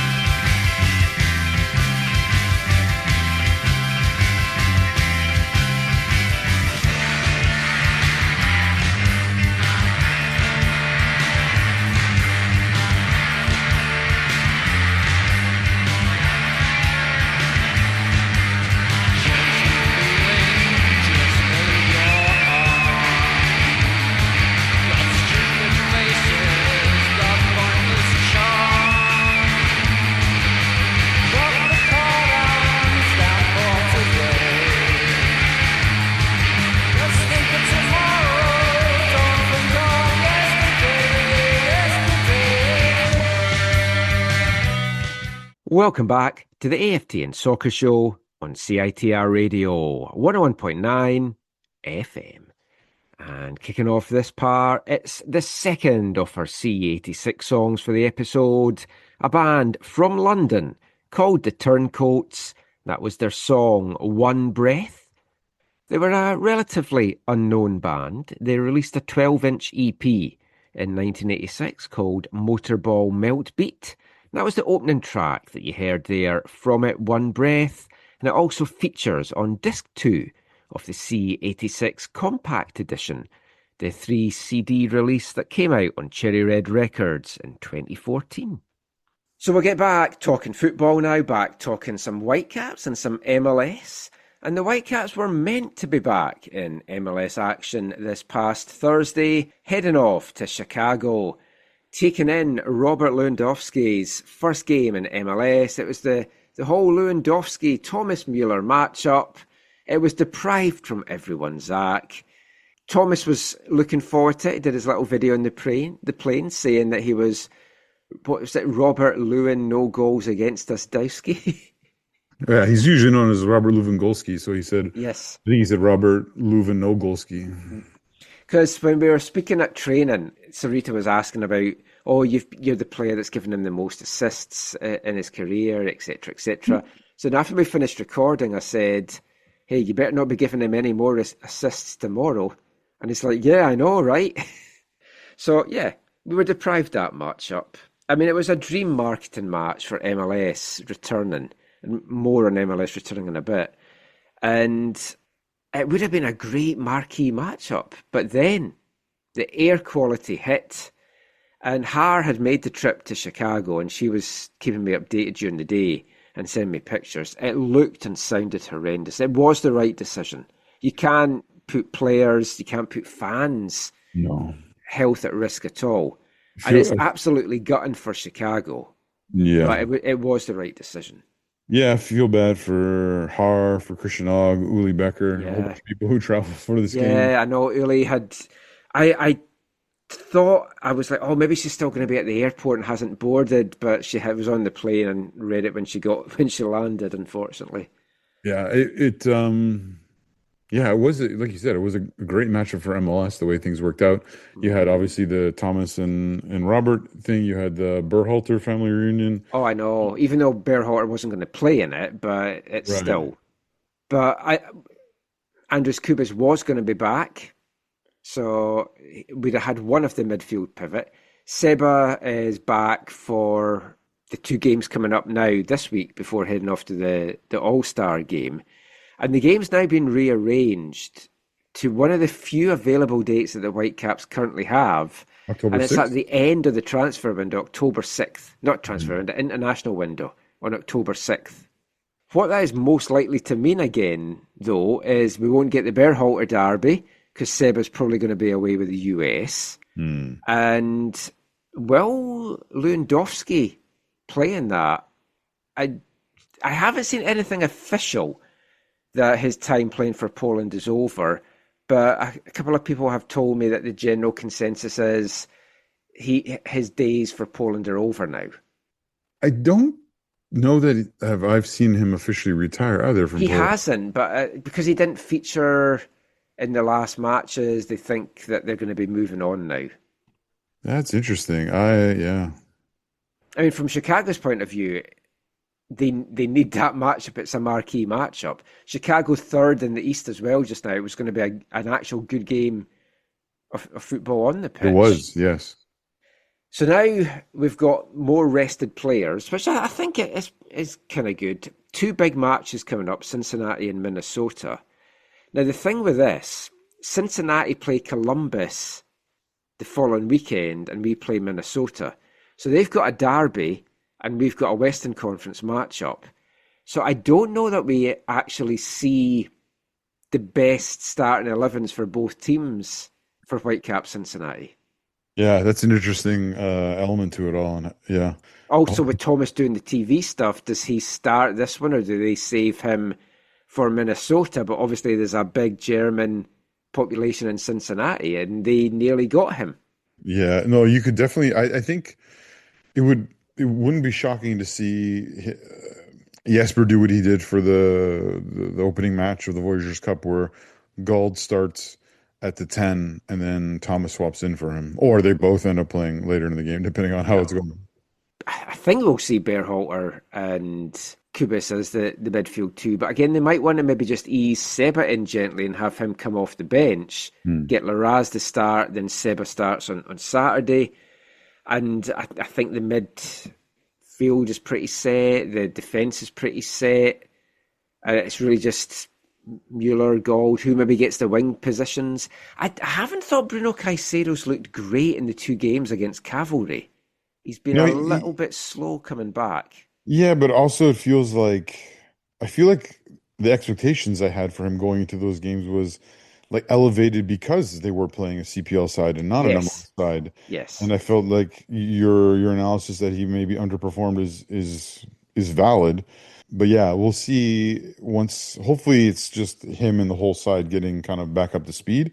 One small thing is, and not that it's on the same level or the same thing, but it would be interesting, and maybe you've already done this, Michael, because I know you've been doing some media stuff with the Cincy people, but how big is Cincinnati promoting like the Whitecaps / Thomas's visit? You know, like, well, see, the thing is, every club's nervous now about that. Because of what happened with the Whitecaps lawsuit thing? Yeah. Yeah. And you really do have to watch. And with him doing the TV work, any other player, I would be like, well, he's missing training on Monday. So, yeah, maybe have him off the bench. But this is Thomas Müller, who cannot train for a couple of days and just walk into a game and still look fantastic. And I haven't seen any video evidence like early in the tournament, but again, we also know that Thomas Müller is the dude who like takes days off personal training. Yes. You're right. So yes. Again, I don't know his travel schedule. I haven't seen every video or. He was playing paddle before the World Cup. Yes. Oh, he played with Zidane. Yeah, he played with Yeah. Zidane and Xavi at an Adidas event. But yeah, he's not the kind of guy who will sit around eating, bonbons or whatever. And yeah. Maybe you're questioning who the centre-back pairing is and who might get the left-back start. And Sam might get his first minutes as well. He's close to coming back. But I said in the Cincy Talk thing, if we take 4 points from this trip, I'd be happy with that. But you want the 3 to be at Cincinnati. Sorry, you want the 3 to be at Minnesota. Yeah, I was like, hang on. Because it's the Western Conference team. So I would take a point against Cincinnati going into this. Yeah, I think that's valid. But I also think we're at a place with the Whitecaps that really, I think they're going to try and get all 6. Oh, yeah, I think we can get all 6. I think but if we came home with 4, I wouldn't be overly disappointed.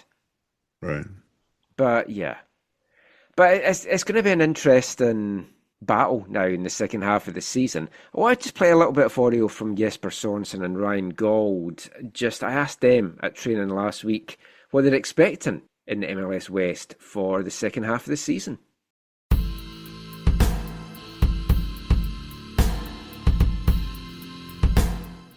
The MLS West. You're going into the second half of the season, top of the West. Some teams have made some additions, some haven't. How do you see the second half playing out? Because it looks like it's going to be a battle right to the very end in the regular season, never mind the playoffs. The playoffs will definitely be a battle to the very end. For some teams, last year we were fortunate enough to be in the battle to the very end. Which must feel an age ago now. Yeah, it feels like a long time ago. That's obviously what we hope and aim for. I think I've not really been looking that much at what has happened to the other teams, but I know that there's a lot of good teams, but we're one of them. And I think we're in a very fortunate situation that we can honestly say that we think that we have a chance in all the tournaments we participate in, and that's a good thing, because that's what you want, that's what the players want, and that's it also means that we can have high expectations to ourselves and to what we're doing on the pitch, and set high demands, and that's what will make us better. So that's the thing I care for. How it's going to play out and who will be at the top of the table and who will not, I don't know, because before this season, how many would have said that San Jose would have gotten this season? They got Salt Lake City, Real Salt Lake, and also maybe Dallas. So I think it's difficult to it's difficult to predict. I'm definitely not the guy who can predict stuff like that. I just hope that, and I know that we will work the best we can to be at the point where we are now, and hopefully also finish right up there.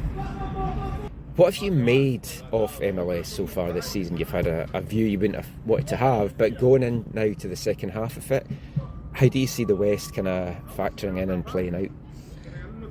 Just again, the same as every year. There's a lot of good teams, and there's quite a few of us, up at the top end of the West, like fighting for that end, and then even everyone that's a little bit further down the table would back themselves now after the break to go on a little run and put some wins together. So it'll be tough competition as always. Like, there's never an easy game over here. Every game is tough. So we've kind of got to focus on what we're doing and make sure we carry on, what we were doing well the last 6 months. What about where this team's at? Top of the West right now. Thomas was just saying that you want to be number one. Like, how big is that chase for that Supporters' Shield spot through the back end of the season here? Yeah, it's obviously everyone knows how big it is, but I think when you look back at last year, the final if it was here, things might have been different. Who knows? It's tough to say that, but we know that we want to get back to obviously the MLS Cup, and then we'd obviously love to have it in Vancouver in front of our own fans. So it's definitely what we're looking to achieve, and what we're working out here hard for.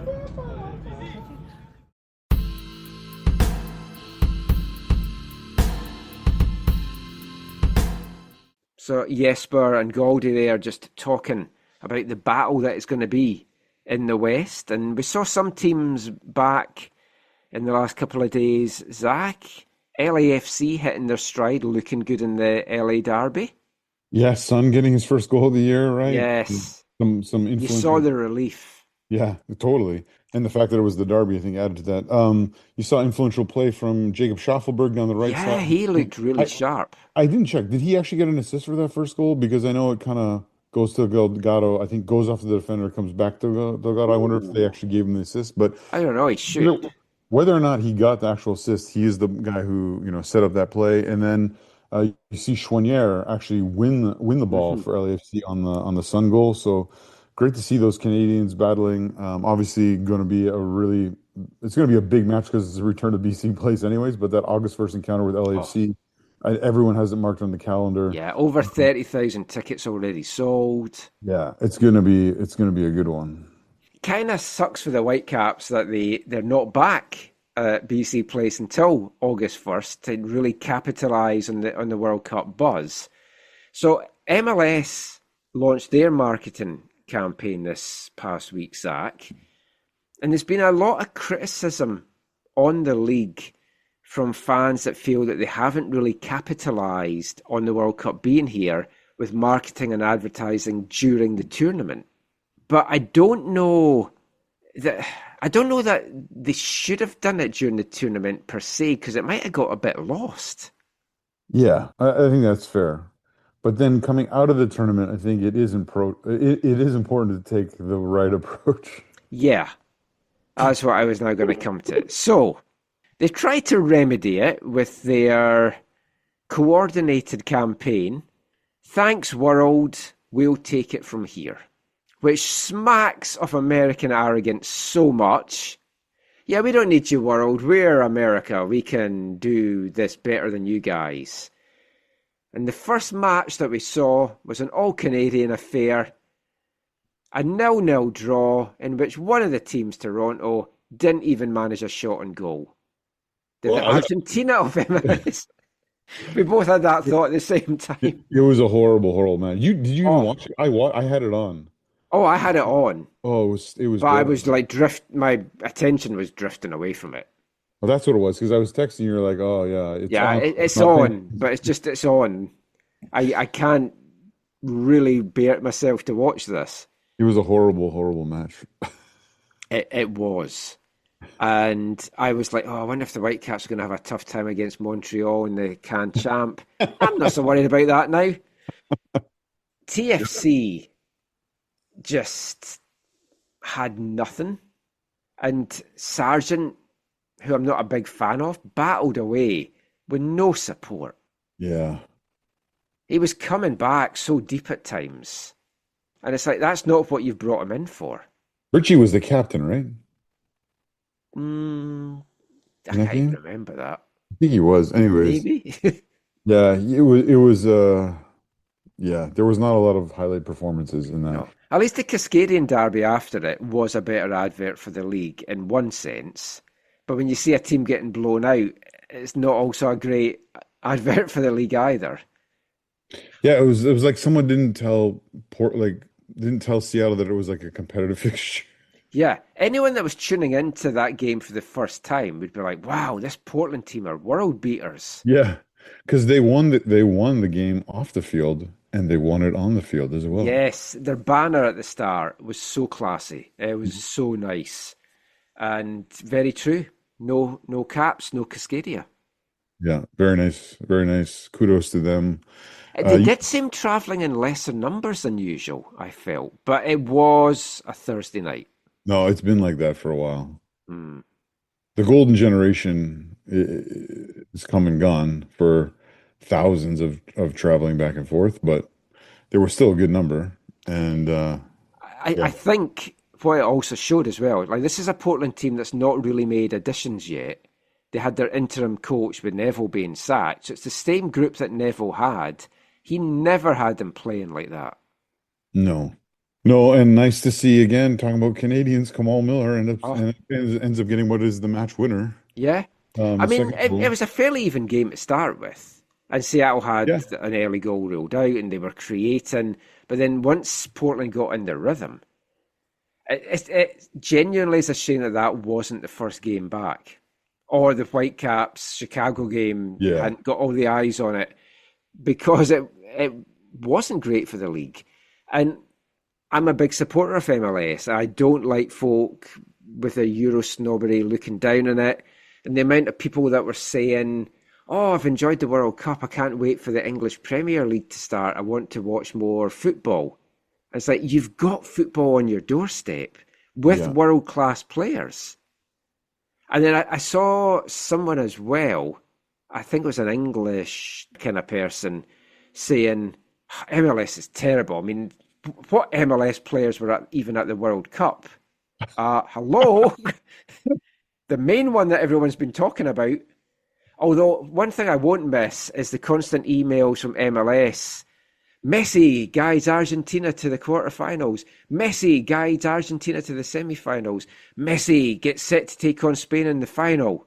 Yeah. That was doing my head in.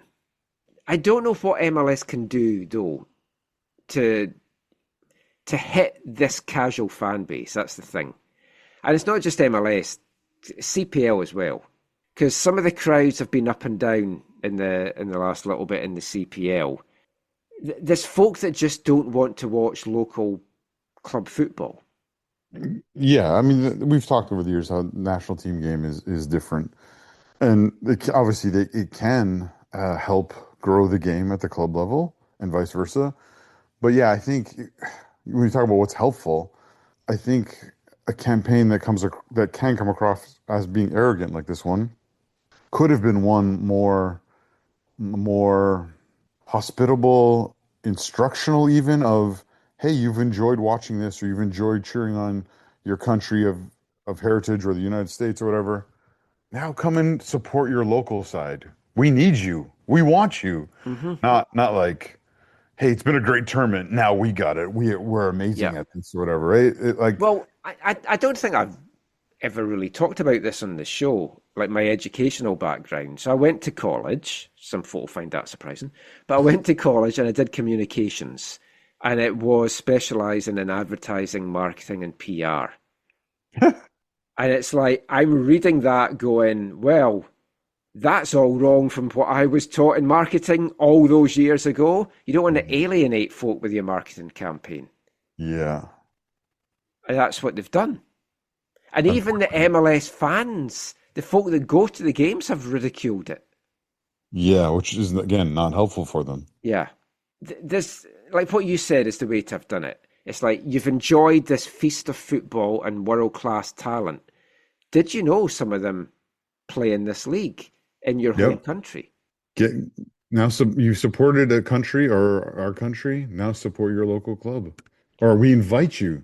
We invite you to support your local, to understand or to come and be a part of the world, the world of club football. And I don't know what clubs are doing locally. So there might be stuff that we're not seeing. But in the World Cup cities in particular, they should be doing promotions like, did you go to a World Cup game? Show us your ticket and you get this half price, or where... I'm not a big fan of like not wearing your club jersey and wearing a different jersey, but wear your national team jersey to the game and you'll get in half price, or get a promotion, a drink, a hot dog or something. Yeah. And just get them in.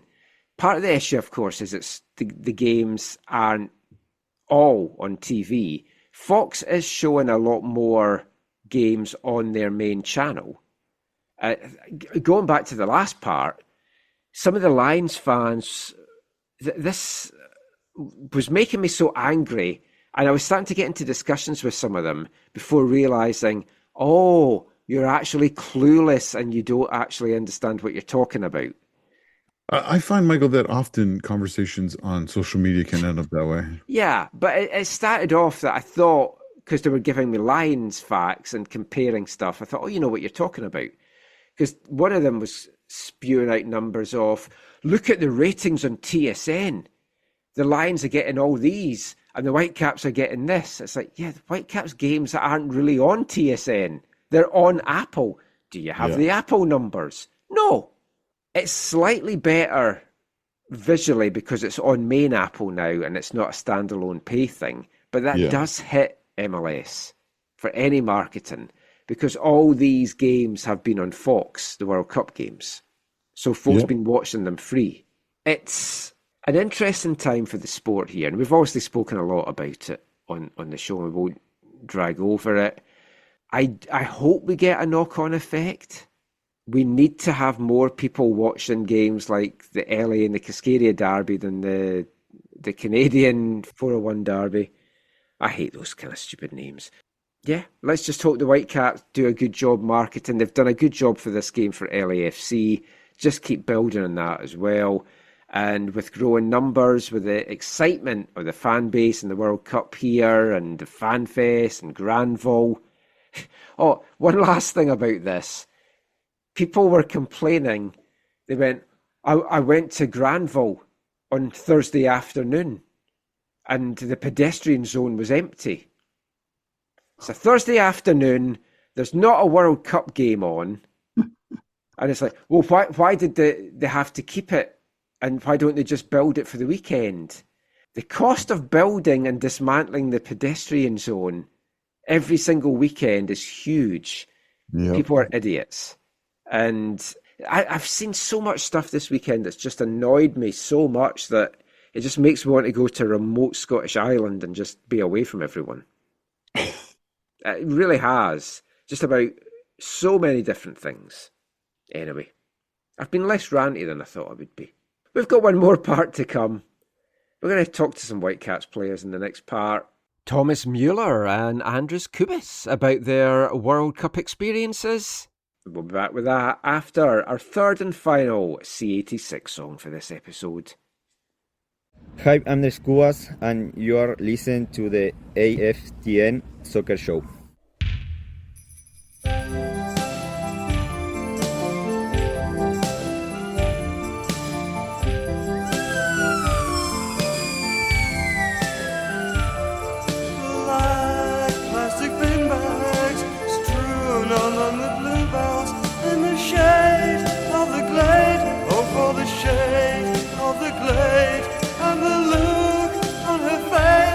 As she stayed into space, all the things they say aren't real, all the things that you can feel, all the things that you can feel. Rosemary Smith, Rosemary Smith.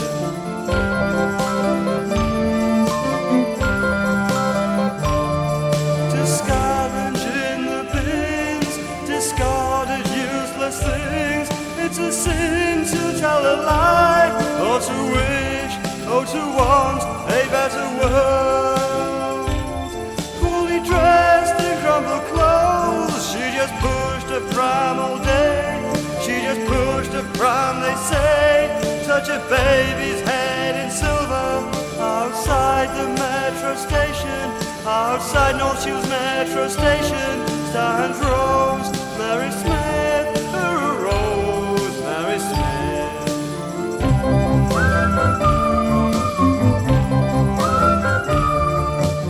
Welcome back to the AFTN Soccer Show on CITR Radio 101.9 FM. And kicking off this part, it's our third and final C86 song for the show, The Band of Holy Joy, Rosemary Smith. And the Band of Holy Joy were a 5-piece post-punk folk rock band from the New Cross area of London. They've been around on and off from 1984 to present day. Highly prolific band. They've released 26 studio albums the last of which was 2025's Scorched Jerusalem. 18 singles released from the band as well, and the one you heard kicking off this part was their third single release overall, Rosemary Smith. Originally released on June 1st, 1986 as part of an Enemy cassette, and then it got a proper single release in 1987, and it also features on disc 2 of the C86 Compact Edition, as well as featuring on the band's third album, 1986's The Big Ship Sails. And the first song I heard from the band of Holy Joy was actually their second single, Who Snatched the Baby, and I was going to play that song on the show this week, even though it didn't feature on that expanded C86 CD. I think it's my favourite of the two songs that we're talking about here. I played them both to my wife just to get her opinion on it. Her opinion was she hated both of them, but the one she hated the least was Rosemary Smith, so that's why we went for that. I've got to say, my wife's not a big fan of the C86 songs, as I've been playing them in the house a lot. Turns out she finds a lot of jangly pop songs quite grating. But that's her. Hope you're enjoying it. I know I am. But we'll be back with some more C86 songs next episode. We're going to get back talking football now, and I'm going to bring you some chats and some interviews for this part, all with a Whitecaps bent and with a World Cup connection as well. So Thomas Müller, as many of you will have seen, was in New Jersey on Sunday doing TV work for Magenta TV at the World Cup final. And it's been a busy few weeks for Thomas. He's been training with the Whitecaps, doing the TV punditry work, going all over North America with that analyst and punditry work, playing in Canadian Championship games as well. And now being at the World Cup final. A weird experience, I would imagine, for a player that's been at a World Cup final and been a golden boot at a World Cup. Now just itching to get on the pitch. And that was one of the things that he actually talked about this week. Myself, Gemma from Canadian Press and Patrick from The Province were out at training on Wednesday. We got a chance to chat with Thomas about a few things. I'm going to bring you the World Cup chat to kick off this part. And has this taste of the media side of things given Thomas an indication of where he might want his career to go once he does eventually hang up his boots?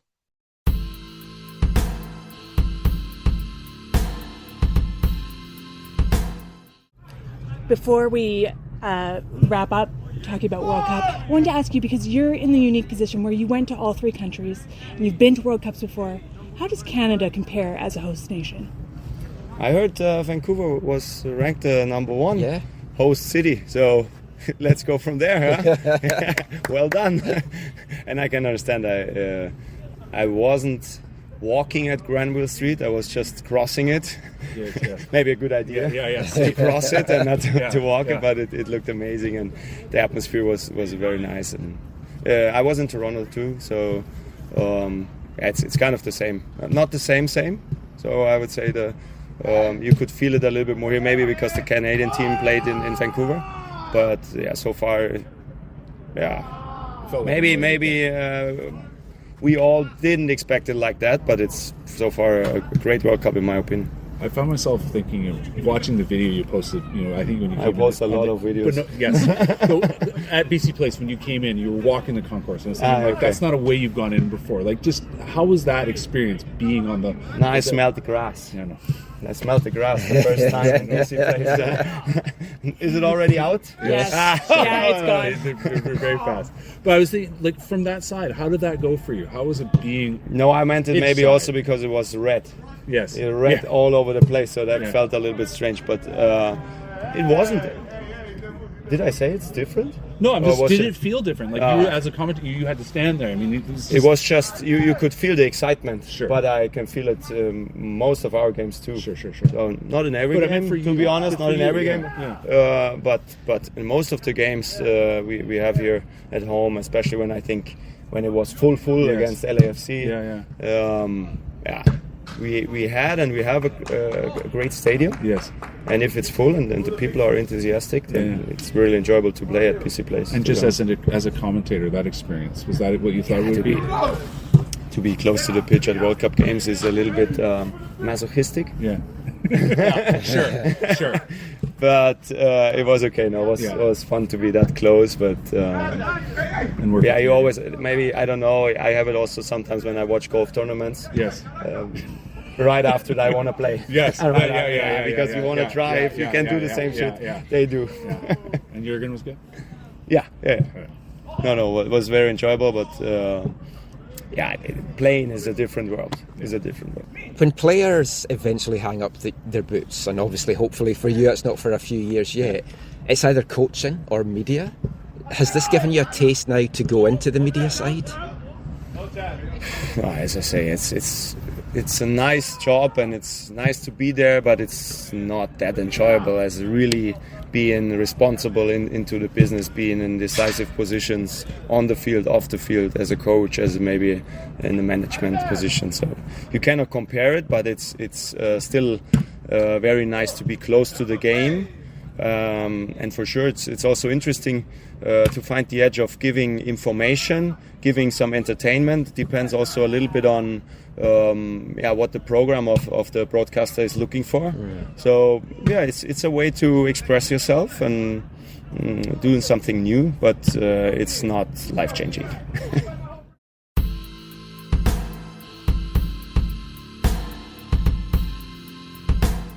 Thomas Müller there, just talking about his World Cup experience as an analyst.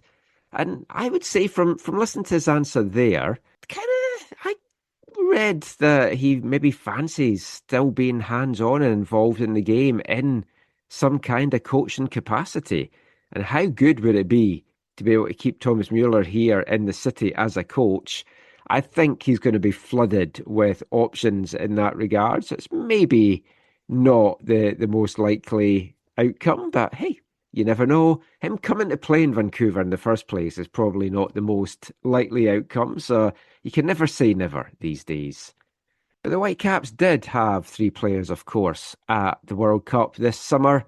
We heard from Tunisia's Ryan Elumi in the last episode of this show. Andres Cubas back with the Whitecaps now. He was going to be good to go for the game against Chicago, but obviously with that being off, he will now definitely be good to go for the games coming up against Cincinnati and Minnesota this week. And for Cubas, on a personal level, it was an excellent World Cup for him. Played every minute of every game for Paraguay, 480 minutes altogether, including that extra time in the penalty win over Germany. He didn't have to take a penalty in that, but was a key player for them in the win over Turkey, the draw with Australia that saw them advance into the knockout round, that win over Germany, and he did his best to give the French a little bit of a kicking in that round of 16 match that they eventually went down 1-0. Before Andres went away on World Cup duty with Paraguay, we had a good chat with him about what he was hoping for from the tournament, his excitement about it all. So we had to catch up with him when he got back just to find out how his whole World Cup experience was.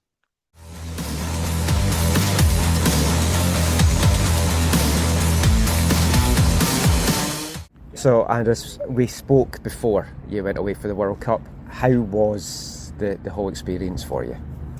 Oh, it was amazing. I think for me personally, it was a dream, to play a World Cup for my country.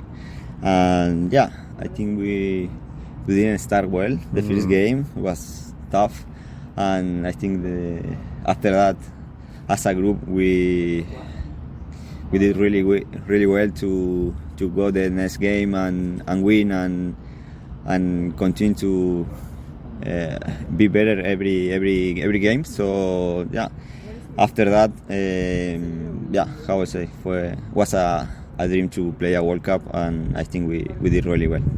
We won't talk too much about the US game, but you did get that moment where you and Seba were on the pitch at the same time. How special was that? Nah, it was good. It was good because we spent here too much time. I think last 3 years playing together and every day and meet each other in the World Cup is especially. Unfortunately for us, yes, it was a tough game. They win, but yeah, that moment with Seba and spoke after the game was good. So yeah, it's a good remember. That was both of your first World Cup matches. Did you keep your jersey? Did you swap it with Seba? Yes. Before the game, we talk about that, and after we changed each other our jersey. So yeah, it's a good gift, and that was also a great moment. Did you swap jerseys with anyone else in any of the other games? No, not really. No. I want to change with Kanté, who is France. I think he's my idol. You know, I watch him always, but I can. But after that, no one. The Germany game was so exciting. What was that like being on the pitch during that shootout? Amazing. Was a tough game. I think was especially the way we won. So in penalty and more a team like Germany is a very strong team, very good players individually, and play that match and live that moment was amazing. So many good feelings, and yeah, it's gonna be in my memory for always. Were you getting worried that you might have to take a penalty? I was a little scared, honestly, but yeah, I was for the next one. I was the 7th, so if I have to shoot, of course I'll do it. But yeah, happy with what we won, and my teammates could score that penalty. So yeah, we enjoy that moment a lot. I was getting nervous for you in case it was coming down to you, because it's like, oh no. Yeah. I don't know what that would be like. I don't think my legs would work. But yeah, same. That moment, you know, against Germany World Cup, that feeling, you know, is you score, you may win, but if you lost, maybe you can. Yeah, I know. Everyone hates you. Your hero, your villain. Yeah. That is bad. Nah, yeah, it's a good feeling, you know, in that moment. So yeah, it's great to what we did, and yeah, how I would say, so happy that moment we can like. So the France game, very physical from Paraguay, and I know a lot of the people that watched that didn't enjoy that. I love that kind of football. What was that game like? Because you had a particular tackle that was going viral for, I can't remember who it was you cleaned out, but it was a huge tackle. We've seen you do that here so many times. Yeah. And that's why I love the way you play. But what was that game like? Ultimately disappointment, but it was a battle. Thank you. And yeah, that game, we know that first and all is the way why we play national team of Paraguay. It's our identity, you know. We play tough, we run, we defend, and we go for every ball to win. And we know that the couple players or teams doesn't like that way we play, and we know if we run every moment, and that we can do a great game against all the best players like France have. But yeah, another great match, and yeah, unfortunately we lost, but I think we did a good performance. And the last thing, what's your dad and your family's reaction been like to seeing you at a World Cup? Yeah, so proud. My parents and siblings, they stay in Argentina to watch the games. My wife and my kids, they was there with every game, every match. So yeah, were so proud for me, for all our teammates. I think all our country was so proud for what we did, and yeah, that is important to give that moment for the people too. We're proud of you as well. Thank you so much. Yes, Cheers.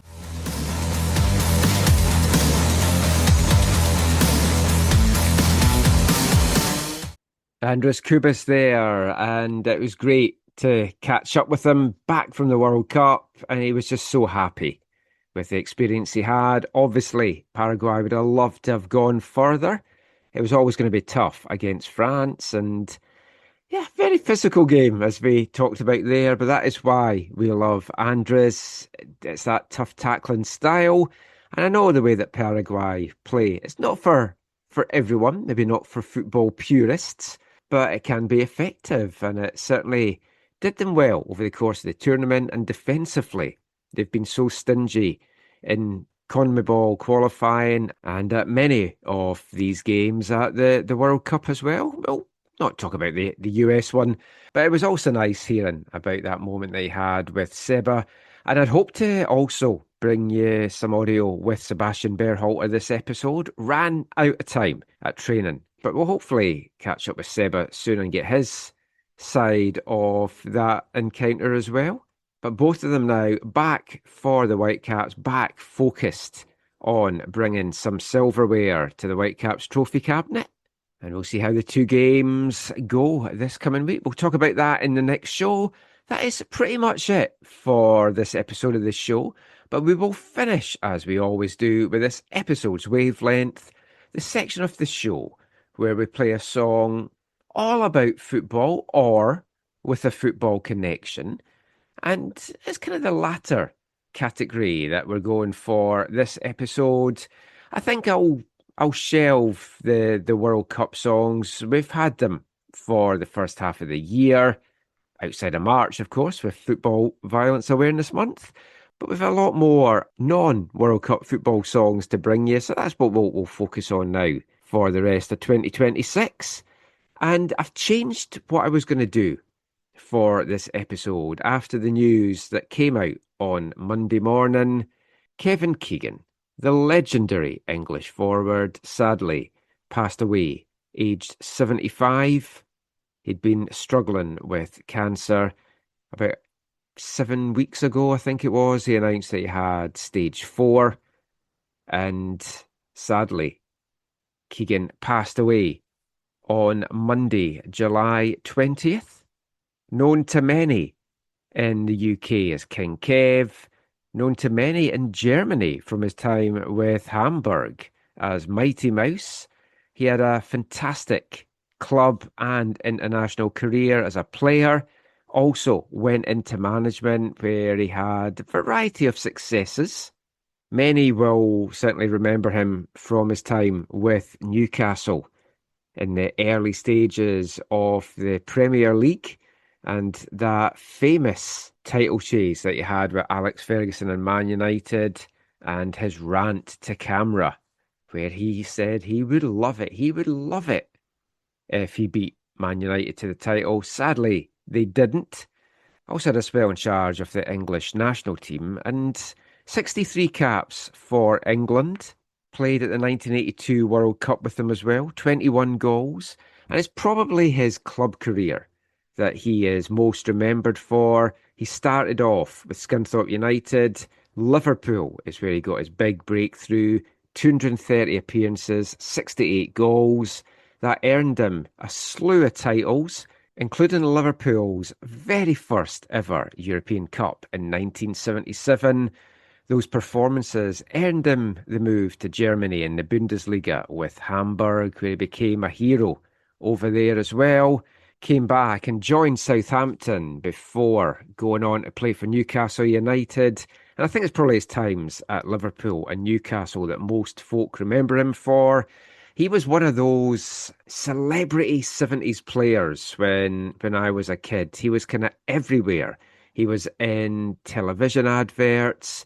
He was appearing on the UK version of Superstars, that great programme from the 1970s that I would love for them to bring back. And if you don't know what that program is, just Google that. But like growing up, he was one of the big players that of their time, the kind of Erling Haaland of his time, the goal scorer that has all the attention on him. And when I say he was everywhere, he also had a recording career. He released his first single in 1972, It Ain't Easy, but it was his song Head Over Heels in Love. But it was his song Head Over Heels in Love that he's probably best remembered for in that regard. Released in 1979, reached number 31 in the UK charts, but made it to the top 10 in Germany at number 10 when he was based over with Hamburg. And it's not a wonderful song, as songs by footballers tend to be, but I think in tribute to the great man, let's play that for you in this episode's wavelength. This is Kevin Keegan, Head Over Heels in Love.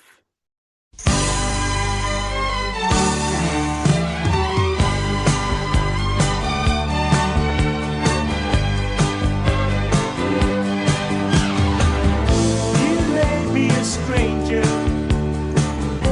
that's what time can do. Baby, you mean everything to me. Darling, there's no danger with all that we've been through, that anyone could love you more than me. I got news for you, babe. With all the things you do, babe, make me think how it used to be. And it looks like I'm falling all over again. Head over heels in love with you. Yes, it looks like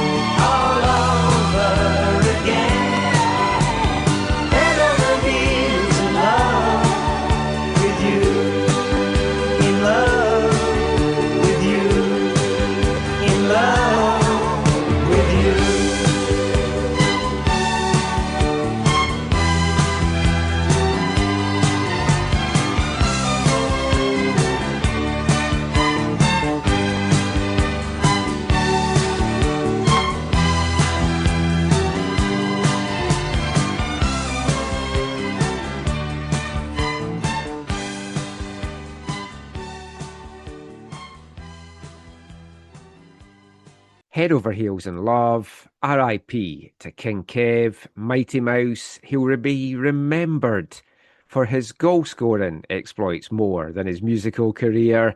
He'll also be remembered for that poodle perm haircut that he had. He was a great player, and the English game has lost a legend. So that is it now for the show. Before we go though, Zach, any final thoughts? Anything that's caught your eye this week? Any shout-outs that you want to give? I'm looking forward to, I guess I'll give a shout-out to Vancouver FC. And I was expecting you to. I was like, the first time they scored 5 goals in a competitive match. They beat... What time is it? Yeah, they beat Super away 5-1, a really commanding performance. a couple of my old UMO2 buddies who are now super dudes were at the game and were not super stoked about it. Earlier this year, I can't remember if I talked to you about this or not, but earlier this year, various people within the football club, various levels, various roles, had said to me, we honestly believe that the squad we're building this year is top three, like viable. Like we think we can be a top three side. And they're not there yet by any stretch of the imagination, but you can definitely see now that most of what they've kind of put together this year has kind of gelled or got match fit or things whatever. are clicking. Yeah, and all the games earlier this year where they were creating a ton of chances and maybe weren't clinical in front of goal and should have gotten a point or 3 points or whatever. Now they're doing that and they're on a good little run. And now in these next 3 games, they need to go do it against kind of those sides that are in the upper echelon. And it starts on Friday, July 24th, at the stadium at the Langley Event Center when they face Cavalry. Cavalry is a side that the Eagles have never beaten. Right, even when they knocked them out in the Voyageurs Cup, both legs were 1-1 draws, and they went and beat them on shootouts. So this is a huge game, a massive opportunity. Cavalry is not in a good way right now. They're coming off the defeat to the Whitecaps. They're coming off a 1-1 draw at home to Halifax in a game that they definitely will have felt they should have taken all 3 points. And but it's huge. So if you're looking for something to do football-wise this Friday night, come out and check that out. One of the things that was interesting, though, that I read, didn't follow up all the stats, but I saw it on Instagram. Halifax has been in the league the whole time, and I think it said they've never beaten the top 2 teams. Cavalry and Forge in 20 games. Oh, it was more than that. It's more games than that. Is it more than 20? Yes. Because they have 20 defeats. It didn't talk about their draw. That was the 20. Yeah. Yeah. And so I was like, okay, at least the Vancouver FC has taken care of Forge a number of times, but Cavalry is the one club that they still haven't beaten. So I'm hoping for their sake that'll happen on Friday, and they can kind of continue in the good form they're on and kind of push for not just a playoff spot, but a solid place in the playoffs this year, which would, again, for them, be another moment of history. Mm-hmm. I mean, they're playing some nice stuff just now, and they're playing with confidence. Mm-hmm. They've always been good defensively this year. Yeah. And now the goals which weren't coming have started to come. Yeah. And I was very impressed with that game against Supra. I might try and make it out on Friday. What time's kickoff? I think it's 7. That's so tough on a Friday night trying to get out up the highway to Langley. Oh, you can do it, Michael. I know I can. What I will say, I'm not sure if anyone from VFC will be listening to this, that's the last 2 games they've not sent out a post-game email. Yeah, I know. 2 good results where you really should be trying to drum up some attention. Just remember, they've had an interim situation. Yeah. And I don't know if there's a change to that or there's some not absenteeism. There's some planned holidays within. I did wonder if it was just that someone was on holiday and no one's filled in, but yeah. I mean, it's not ideal. Just to finish with a little bit of NSL news. So there's a new team being announced for Winnipeg, led by Desiree Scott and friend of the show, Rob Gale. Yeah. So looking forward to seeing what they can do there. They're not playing at the Bomber Stadium, which is a good first choice. Having nothing to do with the Winnipeg Bombers Pigskin Club will be a good thing. There's that stadium, as I said on the show before when TSS were there, tremendous stadium, love it, feels like a European soccer stadium. Yeah, once you can build up to that. Yeah. Great that they've got this plan to play in a smaller venue and a lot of support. We'll see how that goes. And then they announced the Women's Canadian Championship. Yes, the Voyageurs Cup. Which has been in the cards for over a year. Oh, yeah. Because the 4 League One as were clubs that made the interprovincials last year were all told whatever 2 clubs make the final will be in this new tournament. Mm-hmm. So will be in this new tournament if it gets off the ground. Right. Because there was discussions had to be held with CONCACAF as to what could be the criteria for qualifying them for the CONCACAF Women's Champions Cup and all that kind of stuff. So the one thing that has really annoyed me about it, and this was another thing, going back to how we ended the last part, that's annoyed me with trying to talk to people on social media this week about it. The 4 quarterfinals, 3 of them are cup ties, fresh ties going against each other. The 4th, AFC Toronto against Vancouver Rise, is counting for both league and the Canadian Championship. It's like a Cascadia Cup. Exactly. Yeah. And someone said, well, that's what the Voyageurs Cup started off with. I was like, the Cup, yes. The Canadian Championship, no. No. The Cup was just given to the best team with a Canadian record. But the Against each actual other, yeah. Canadian Championship was never done that way. No, and when it was done that way, it was the same for everyone. So they were both league and cup games at the same time. Yes. This is when it is a little bit ridiculous. I don't know if you've seen, but the Voyageurs are going to be involved with the creation of the trophy. Yes, so that I did like. Yeah. But people were saying, because I was saying it was ridiculous and farcical, and someone was saying, how can you say that?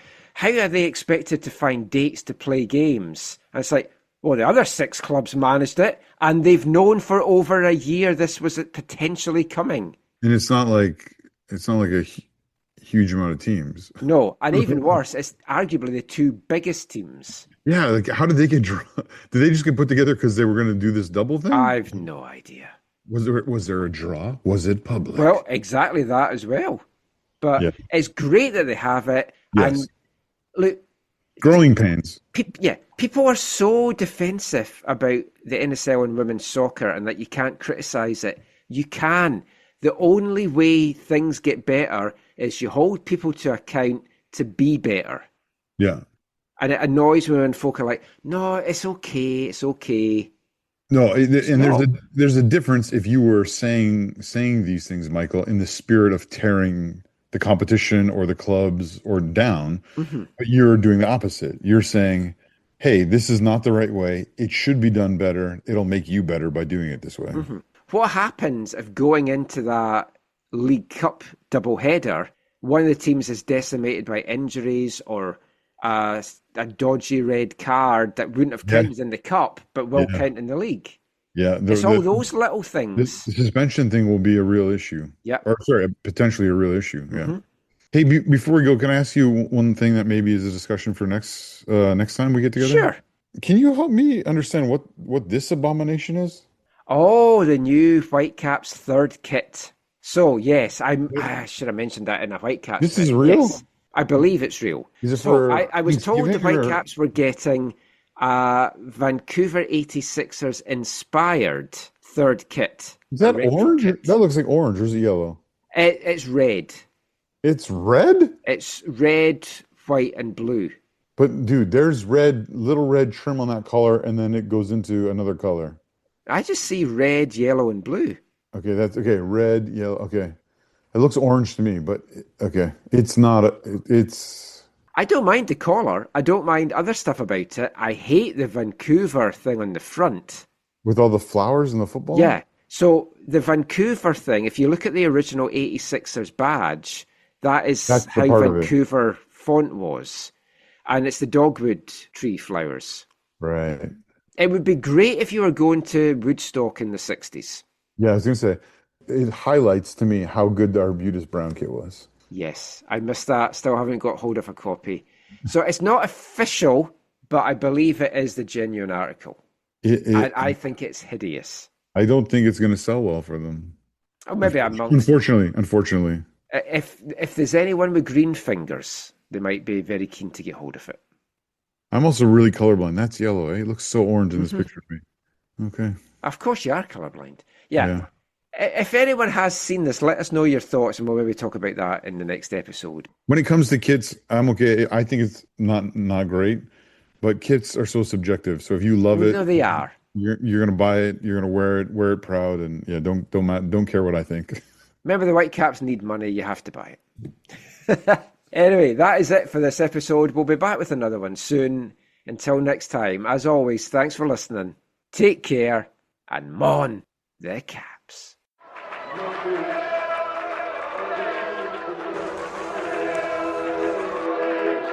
Going to your first match is an experience you never forget. The atmosphere of what's going on around the pitch looks beautiful, and you always look and go, wow, I'd love to play here one day. If you get the bug, it's going to stay with you for life.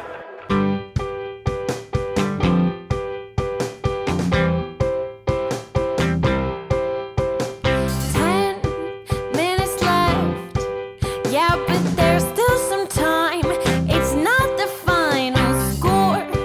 We need more than the numbers we're given. Show us you live and breathe the game.